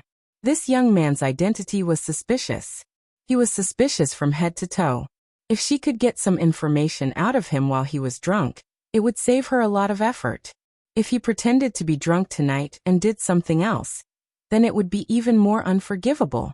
Fei Nu hid in the tree and didn't say anything else. Xiaoju turned and walked into the house. As she walked, she said, "Why should I pay for it?" Hearing this, the young man rushed into Xiaoju's house. She ran so fast that she even staggered a bit. She rushed in front of Xiaoju and blocked Xiaoju's path. She said, "Do you know who I am?" Xiaoju laughed, her eyes cold. "Who are you?" He Yan slapped his thigh. "A real man never changes his name. I am He Yan, Liang Province's #1 guard." Liang Province's #1 guard? Xiaoju looked at her with a smile that wasn't a smile. "Who told you that? Do I need someone to tell me?" She didn't know if the young man was drunk or not, but his tone was amazing. "I know what I'm doing." Xiaoju walked around him and put down her sword. She picked up the teapot on the table and poured herself a cup of tea. She had only taken one step when the young man stuck to her like a tail. He stood in front of her and asked, "Tell me, am I short?" Did this person like to compare height with others when he was drunk? Xiaoju glanced at his hair that just reached her chest and nodded. "Yes." He Yan. "I'm not short." Xiaoju. He Yan asked her again, "Am I stupid?" Xiaoju stopped pouring tea and stared at him. She said slowly, "Stupid." He Yan. "I'm not stupid." Xiaoju suddenly regretted that she didn't throw He Yan out of the courtyard immediately. Instead, she came here to ask for trouble. Other than listening to his nonsense, she didn't seem to get any useful information. Either He Yan was too stupid, or this person was so astute that not a single drop of water could leak out. "What else do you want to say about yourself? Let's talk about it together." He lowered his eyes and said indifferently, "He Yan. I'm tall and mighty, fierce and invincible, handsome and righteous. I'm such a righteous person. Why doesn't anyone like me? Do you know how hard I work every day?" Xiaoju. "Because of you, I'm very unhappy tonight. Let me ask you." She took a step forward and put as much distance between her and Xiaoju as possible. She looked up at him and asked eagerly, "Do you like me?" Xiaoju took a step back and put some distance between them. He brushed his sleeve that was out of shape because of her tugging. It was as if he had seen the plague. He replied calmly, "I'm not gay." "I'm not gay either." He Yan muttered and suddenly raised his head. His expression was sad and angry. He asked loudly, "Then why do you prefer Lei Ho over me? That person is only a little taller than me. How can he compare to me? Whether it's appearance, martial arts, or our past relationship, Xiaoju, you're too much. You have no taste. I'm very disappointed." At this moment, Shen Han, who had just walked out of the room and was about to deliver some roasted rabbit meat to Xiaoju, covered his mouth in surprise. Just now, he seemed to have heard an incredible secret. Inside the room, a young man wearing a white undershirt looked at the person in front of him speechlessly. The young man looked up at him. His eyes were bright and there was no trace of fear or hesitation in his voice. He was so calm that it made people wonder what he was thinking.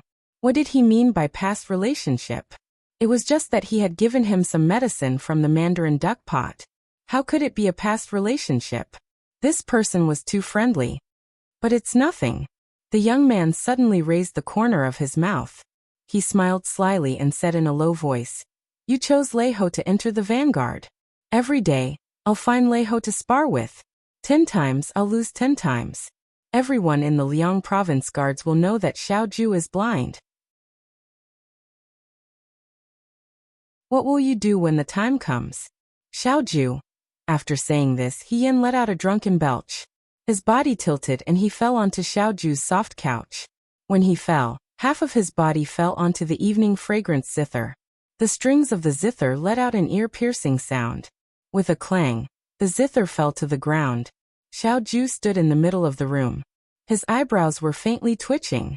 He felt that today's idea of fishing for information while drunk was really terrible. Glancing at the door, he saw a figure hesitating. He said coldly, "If you don't come in, what are you doing outside?" Shen Han was startled. He trembled as he walked over. Just now he had heard the secret at the door. When he entered the courtyard, he was seen by Fei Nu. He really didn't know whether to advance or retreat. At this moment, the commander-in-chief was in a bad mood. He shouldn't make fun of him. This subordinate brought some freshly roasted rabbit meat from outside. I thought that the commander-in-chief might not have eaten dinner, so I specially brought it over. Shen Han placed the roasted meat wrapped in oil paper on the table. "Commander-in-chief, please enjoy. This subordinate will leave first." "Wait," Xiao Ju said unhappily. "Such a big living person. Can't you see him?" He indicated for Shen Han to look at He Yan.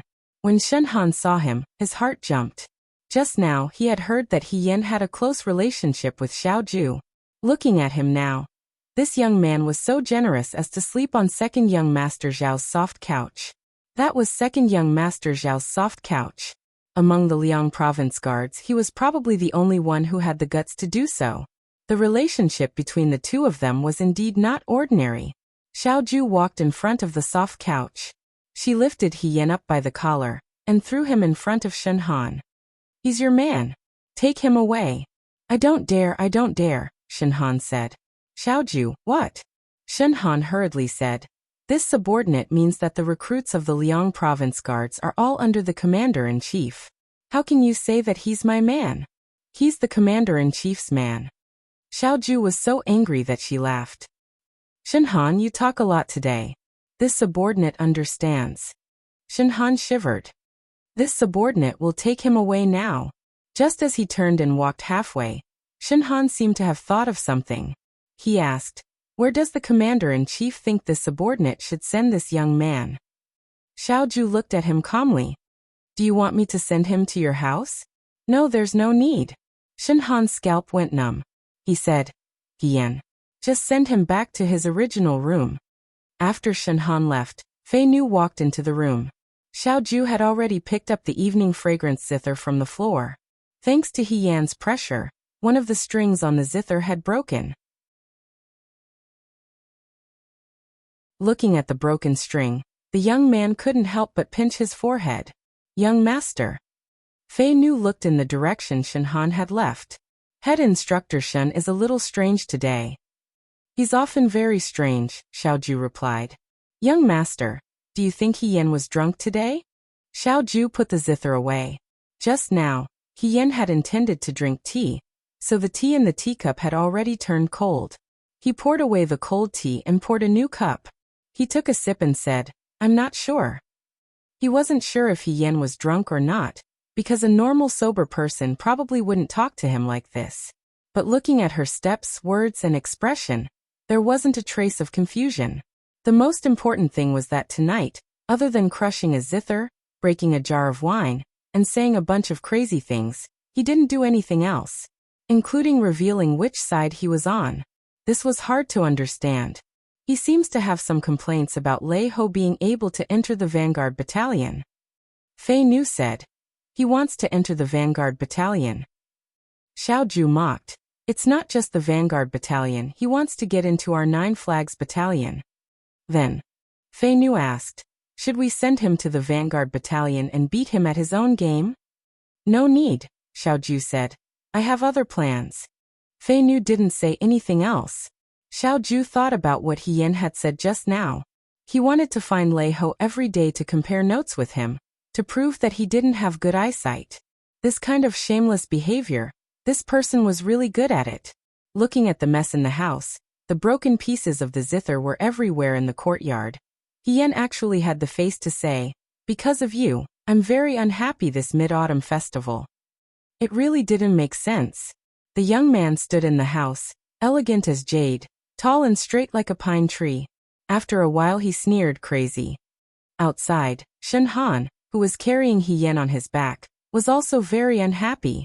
When the bystanders saw this, they all looked at Shen Han in surprise and said, "He Yan is drunk. Why is the chief instructor still carrying him?" Shen Han's face darkened and he didn't say a word. If he hadn't discovered the relationship between He Yan and Xiaoju, Shenhan would at most find someone to carry He Yan back. But now that he knew that the relationship between the two of them wasn't shallow, Shenhan didn't dare to neglect it. He Yan had just said that he had past friendship with Xiaoju. It seemed that they had known each other for a long time. Why did the chief instructor pretend not to know He Yan and secretly investigate He Yan's identity? Could it be that the two of them were originally close, but there were many unforeseen events that happened along the way, resulting in their current situation?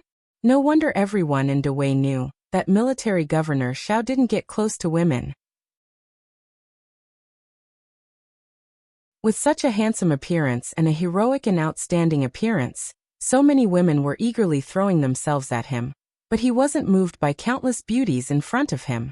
It turned out that he didn't like women at all. When they were at Xiaoju's door, He Yan asked, "Why do you like Lei Ho and not me?" His tone was so mournful that it could make anyone who heard it cry. Unfortunately, the chief instructor's heart was as hard as steel, and he was completely unmoved. Shenhan's imagination ran wild. The more nervous he was, the more strange stories he remembered.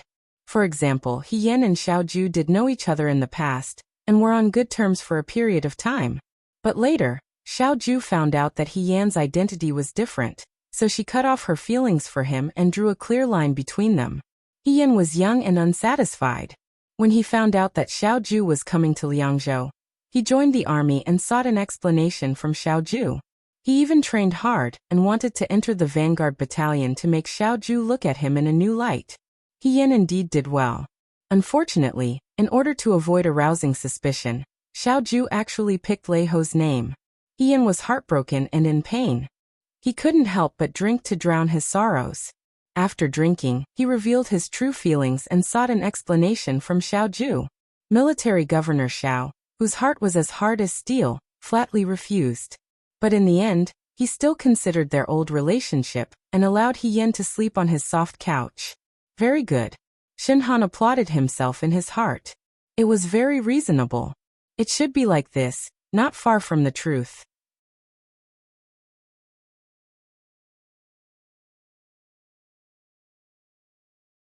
Chapter 87. The second day after the Mid-Autumn Festival was a rainy day. When He Yan woke up, the rest of the people were still sleeping on their beds. They were probably still drunk from the previous night. However, the order to run had been blown outside. Even if it was a rainy day, they still had to train. She climbed out of bed and woke up everyone in the house one by one. "My head is so dizzy." Xiaomai was young and could not withstand this kind of hangover. She still felt that the after-effects were not over yet. "Ehige, what are you doing?" He Yan handed her a water bag. "Quickly drink 2 mouthfuls and wash your face. It's time to run." Xiaomai took the water bag and drank in big gulps. Angshan saw this and laughed. "Xiaomai, you and your brother still have to practice more. How can you drink so little? You're not even as good as Ehige." Xiaomai glanced at He Yan and said, "Ehige, your alcohol tolerance is so good?" "It's so." He Yan said perfunctorily. She did not feel a headache at the moment. Instead, she felt refreshed. However, she had already forgotten when she returned to the house. She only remembered that she was drinking with Huang Xiong in front of the bonfire. She drank a few more bowls and seemed to have opened the 18 immortals. Oh right, where were the 18 immortals? Why didn't I see the jar of wine that military governor Xiao rewarded? Hong Shan also remembered. That's a good thing. Don't lose it.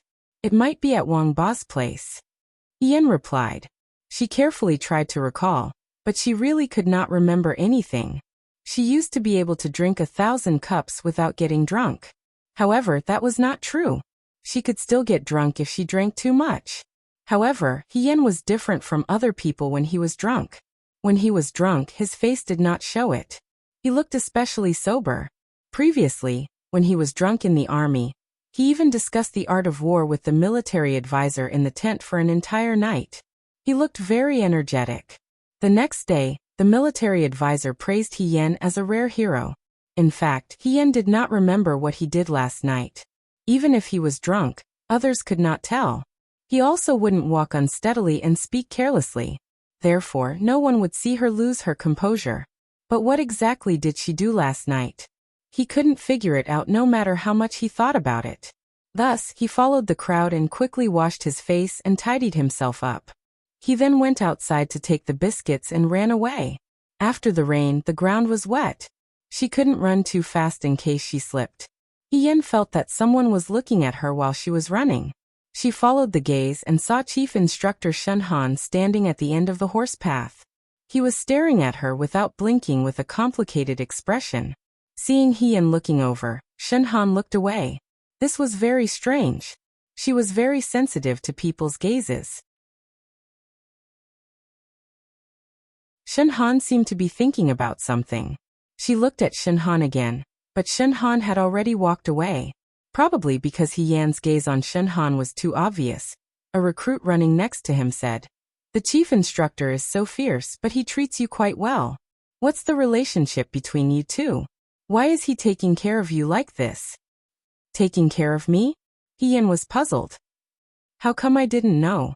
If Shen Han really took care of her, he wouldn't have sent Lei Ho to the Vanguard Battalion. Last night, when we went back, we saw Chief Instructor Shen personally carry you back to your room." The recruit seemed dissatisfied. "You are too ungrateful.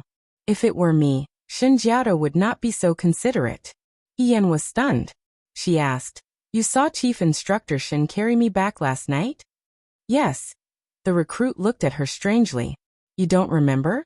Maybe you don't remember. You were drunk."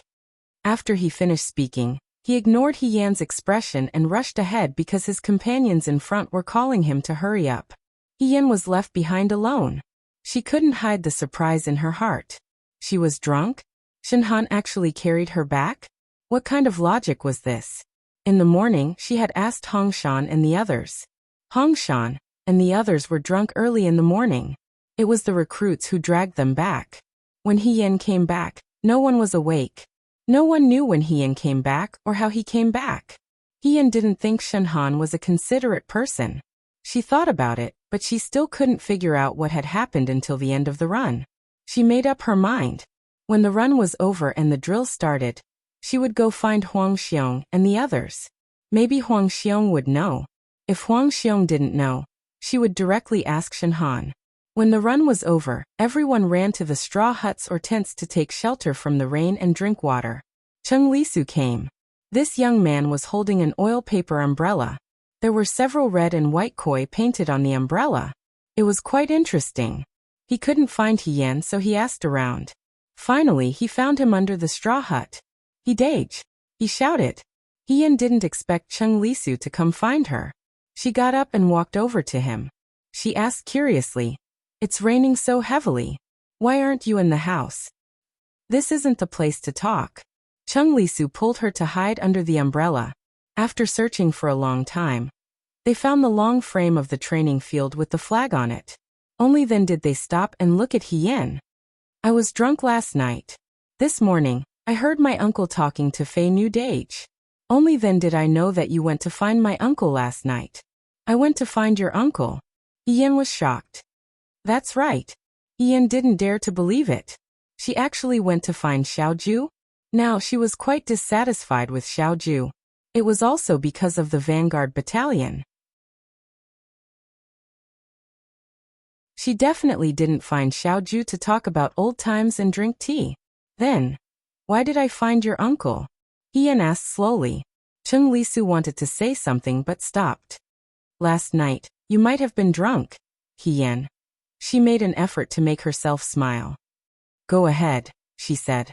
"You went to find my uncle and fought. You even crushed his guqin." Cheng Lisu answered honestly. He Yan closed his eyes. "Who won?" she asked. Cheng Lisu didn't expect He Yan to be concerned about the result at this time. He scratched his head and said, "It was probably my uncle. I heard that he asked Shen Jiao to bring you back." He Yan. "Fine. She really went to find Xiaoju when she was drunk and lost.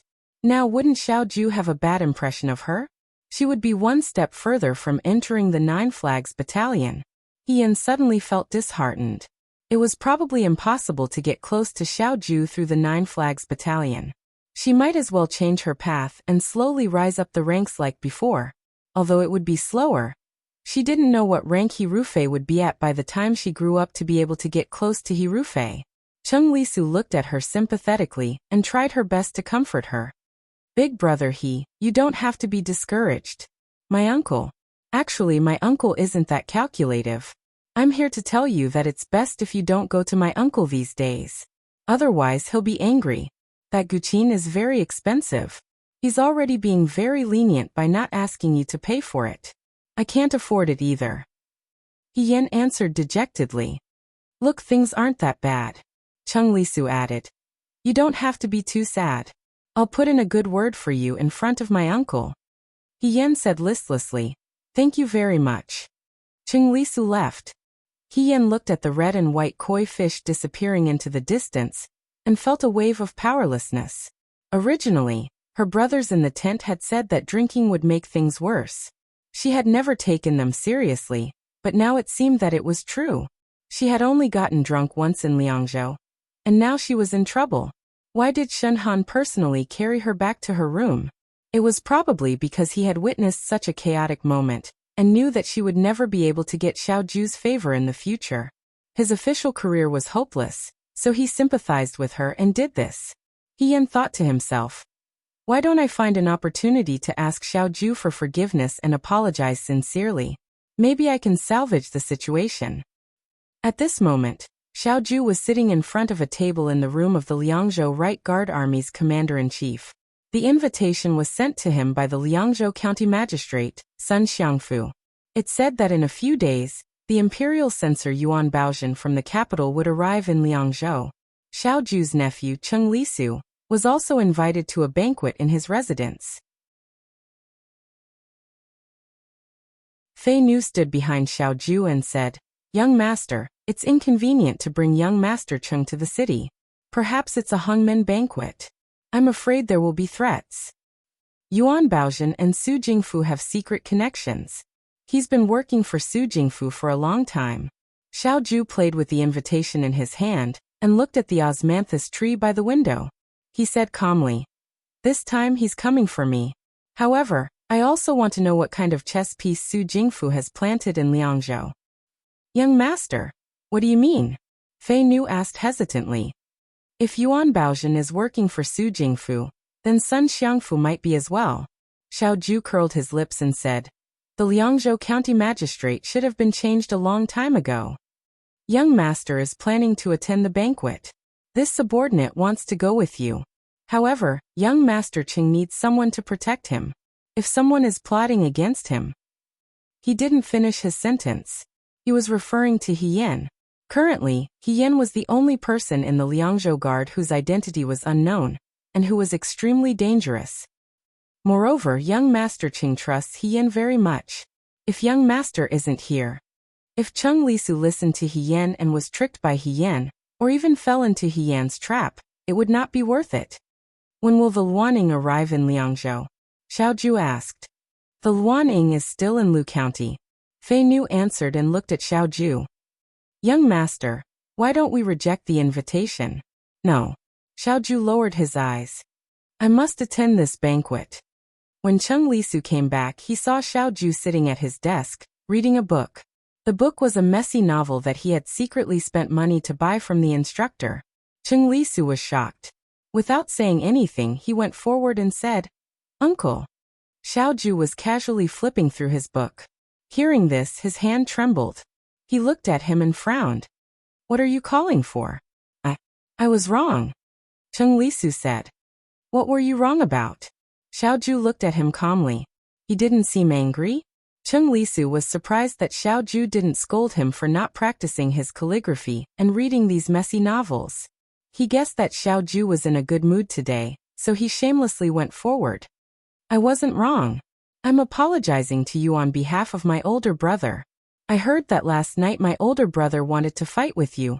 No, to learn from each other. Uncle, you weren't angry, were you? Thinking about a certain lunatic who went crazy and beat his zither last night, Xiaoju's eyes darkened. His tone was as indifferent as ever. No. That's good.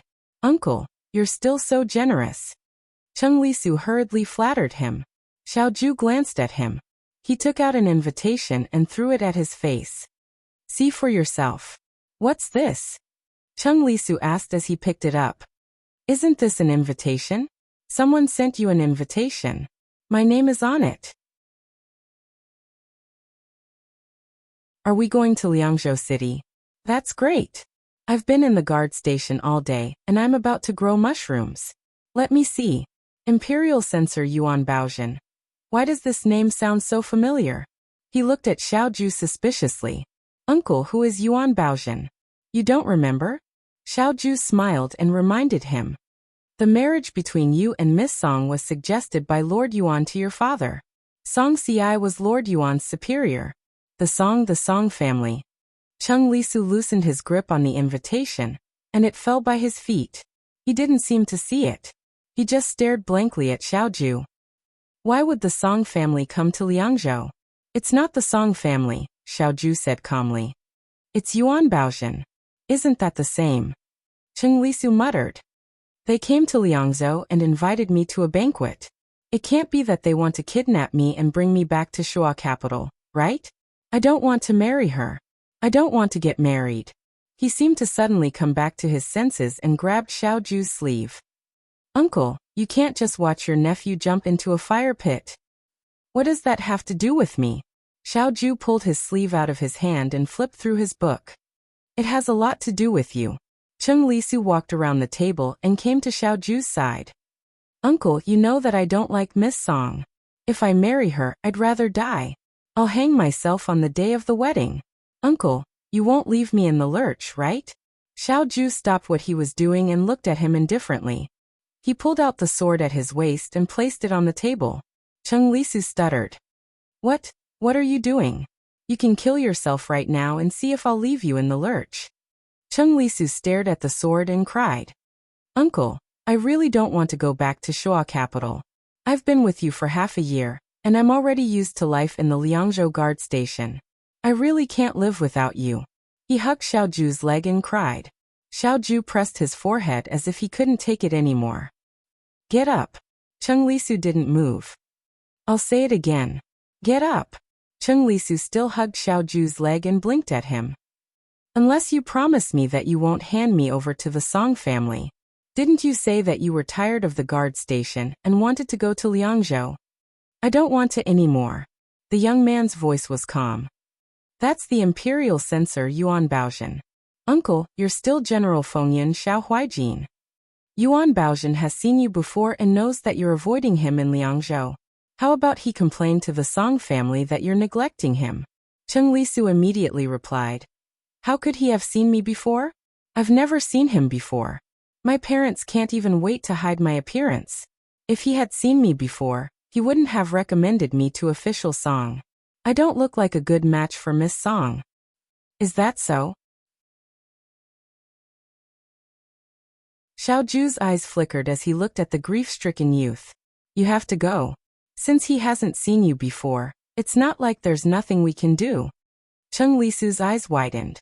Find someone to replace you at the banquet. Chung Lisu was stunned. After a while he finally understood. This time, he stopped crying and hugging Xiaoju's leg. He stood up and clapped his hands. Wonderful. Uncle, you're right. Since he hasn't seen me before, we can just find someone to replace me. Do you have anyone in mind? Chung Lisu looked at him. In the Liangzhou guards, there doesn't seem to be anyone around your age and figure, Xiaoju said. If you're too far apart, you'll be discovered. Most of the soldiers in the Liangzhou guards barracks were burly men. Even the younger ones were mostly sturdy and tanned. Chung Lisu was a young master from Shuojing. He was raised like a king and his skin was soft and tender. It was obvious that he was different from the new recruits in the barracks. If you can't find him, then you should go yourself, Xiaoju said nonchalantly. Who said I can't find him? Chung Lisu panicked. He suddenly had an idea. My big brother is about the same size as me. Xiaoju raised his eyebrows. He didn't deny it. Hien. That's right. He's my big brother. He's about the same age and figure as me. He's also smart. He'll be able to adapt and deal with Yuan Baozhen. Yuan Baozhen can take me away, but he might not be able to take my big brother away. Chung Lisu was new to Hien. In his opinion, Other than his uncle, He Yan was the most omnipotent person in the world. He Yan could do things that other people couldn't. Seeing that Xiao Ju didn't say anything, Cheng Li Su's heart tightened. He Yan went to fight with Xiao Ju last night, so Xiao Ju must still be angry at He Yan. He might not want to see He Yan. Just as he was thinking about how to persuade Xiao Ju, he saw his young uncle close the book in his hand and say, "Okay." Cheng Li Su's words of persuasion were stuck in his throat. He only had time to say, "Ha."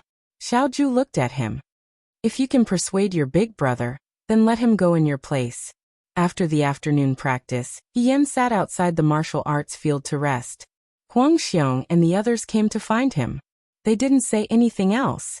They first gave He Yan an ingot of silver that Shen Han sent over last night. Then they asked He Yan where the jar of 18 immortals went.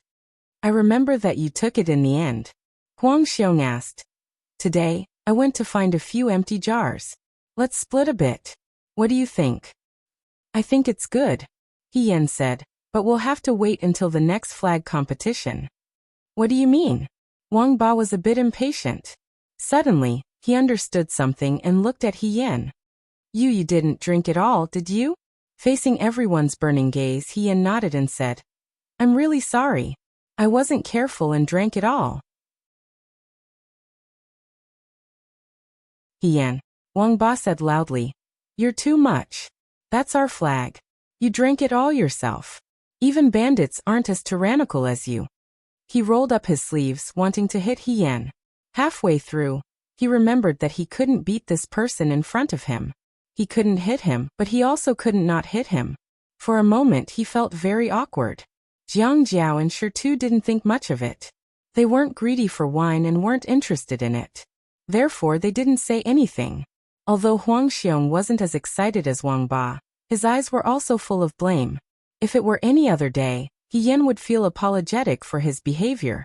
But these days she had heard bad news one after another. She was a bit numb. She really didn't have the strength to deal with the thoughts of these people in front of her. So she just sat there, not saying a word. Seeing her silent and dejected appearance, the others looked at each other in dismay. Thinking about how not being able to enter the vanguard battalion this time was a big blow to He Yan. Last night, he had drowned his sorrows in wine, but today he was still so dejected. But thinking about it again, his sorrows were really worth it. Other people were only willing to spend a few handfuls of rice wine, but he had spent a few hundred taels of silver. If he still couldn't get rid of his sorrows, he would have to spend a lot of money to get revenge. Just when they didn't know what to do, someone's voice broke the silence. Big brother he, so you're here." Cheng Li Su ran over, panting. There were still beads of sweat on her forehead. She must have run all the way here. Within a day, this was the second time He Yan had seen him. But as soon as she saw him, she remembered that she had offended Xiao Ju last night. She suddenly felt a headache. He Yan raised her head and asked listlessly, "Why are you here?" "I came to find you, because I have something to discuss with you." Cheng Li Su looked at the people around her and pulled He Yan up. "This isn't the place to talk. Big brother come with me." He was Xiao Ju's nephew, so the others naturally didn't dare to say anything. Even though they had yet to settle the score with the 18 immortals, they could only watch as Cheng Li Su pulled He Yan away. They stayed in place and stared at each other. He Yan was pulled along by Cheng Li Su and jogged all the way to where Cheng Li Su lived. He Yan didn't want to go in. He knew that Cheng Li Su lived next door to Xiao Ju. If he went in and bumped into her, wouldn't it be awkward if their eyes met? Cheng Li Su's brain was finally smart for once. Seeing that He Yan had a difficult expression and was not willing to move, she said considerately, "Don't worry, my uncle went out. There's no one here." Hearing this, He Yan walked in with her. Once inside, Cheng Li Su looked around, and then closed all the doors and windows. It was as if she was going to talk about murder and arson. Seeing her like this, He Yan was speechless. "You didn't come to find me to talk about your uncle again, did you?" He Yan greeted her in advance. "Little brother Cheng, thank you for your concern, but I really don't want to hear any news about him recently. Please leave some face for her."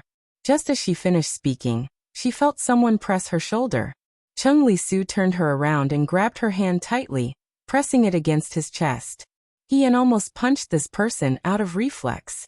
She suppressed her impulse to hit him. Although she had interacted with many men, most of them had their arms around each other's shoulders. It was very awkward to have their fingers intertwined like this. However, the young man in front of her had a clear expression. He didn't seem to realize that his actions had caused a misunderstanding. However, in his eyes, there was nothing to hide when two men were like this. "Big brother, please save little brother," Chung Li-su said miserably. "What happened to you?" Yan asked. "Promise me that you'll help little brother. Otherwise, big brother, you won't be able to see little brother in the future." "It's that serious?" Yan asked, but in his heart he didn't think much of it. Chung Li-su had always loved to exaggerate. Even the slightest thing could be described as shocking. Moreover, if something really happened, his uncle was a little Jew. He would naturally help him plan. "Tell me what happened first. Only then can I help you think of a solution.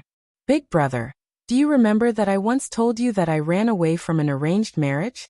My family wanted to arrange a marriage for me. I really didn't want to, so I begged uncle to bring me to Liangzhou." Chung Li-su said sadly. "Now my family still won't let me go. The old master's colleague that they picked for me is now in Liangzhou. He sent an invitation to my uncle, asking him to attend the banquet with me. Heavens, I'm just a boy with no official position and no reputation. Why did they specifically write my name on the invitation? It's obvious that they're plotting against me. They want to kidnap me while I'm here." He made it sound like he was trying to kidnap a girl. The only thing he didn't do was go to the yamen and beat the drum. "It's not that bad," Yan said. "If you don't want to leave, your uncle will naturally protect you. Can they forcefully take you away in front of your uncle?" Chung Li-su didn't know if little Ju would really watch as he was taken away. Maybe she would even be happy to get rid of this burden. He coughed softly and said, "Big brother, you know that my mother has always been critical of my uncle. If he comes out for me, won't he be putting himself in a bad situation? My mother will hate him to death. I don't want to bring trouble to him." He didn't expect Chung Li-su to be so protective of his uncle. Yan sighed in his heart. It seemed that this was the family relationship of blood. No matter what, it couldn't be changed. "Then what do you want me to do?" she asked.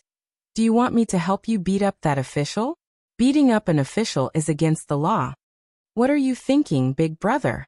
Chung Li-su let go of his hand. "I'm not that kind of violent person. I'm thinking that that official hasn't seen me before, and doesn't know what I look like. Big brother, we're about the same age, handsome, and have similar figures. Why don't you go to the banquet in my place? If that official wants his subordinates to catch me with your skills, you can easily escape. If they can't catch me, it's their problem. They can't blame my uncle." "You want me to go in your place?" Yan said. No. She turned around and wanted to leave. For some reason, she felt conflicted. Another substitute. In her previous life, she was Hirufei's substitute. Now that she could finally use her own name, why did she have to be someone else's substitute? The heavens were purposely trying to make things difficult for her. "Big brother," Chung Li-su cried out heartbreakingly, "you really can't leave me in the lurch. Think about it. If you go to the banquet with uncle and stay by his side, you'll see him day and night. If you do a better job, uncle will see how considerate you are and change his opinion of you. Moreover, you're standing up for his nephew. Uncle will be grateful to you. Maybe he'll let you go to the Nine Flags Battalion." Yan was speechless. Chung Li-su was really willing to say anything just to avoid going to the banquet. Xiao Ju was not someone who would buy favors. If she stayed by Xiao Ju's side day and night, she might even provoke Xiao Ju's anger. If she did anything wrong, she would really be out of the game. Seeing that she was determined not to help, Chung Li-su collapsed on the ground. She pointed at the top of her head and shouted, "God, why are you doing this to me? Yuan Baozhen, what kind of deep hatred did I have with you in my previous life? Why do you have to push me into the fire pit again and again?" Yan was about to leave and was already at the door. When she heard what Chung Li-su said, she stopped and turned around. "Did you just say Yuan Baozhen?" "Yes," Chung Li-su looked at her and answered subconsciously. The official who ruined my engagement is the current imperial censor Yuan Baozhen. He Yan's eyebrows twitched. After a moment, she walked quickly to Cheng Li Su and extended a hand to the youth who was sitting on the ground. Stop crying. Isn't it just going to the banquet? I'll help you.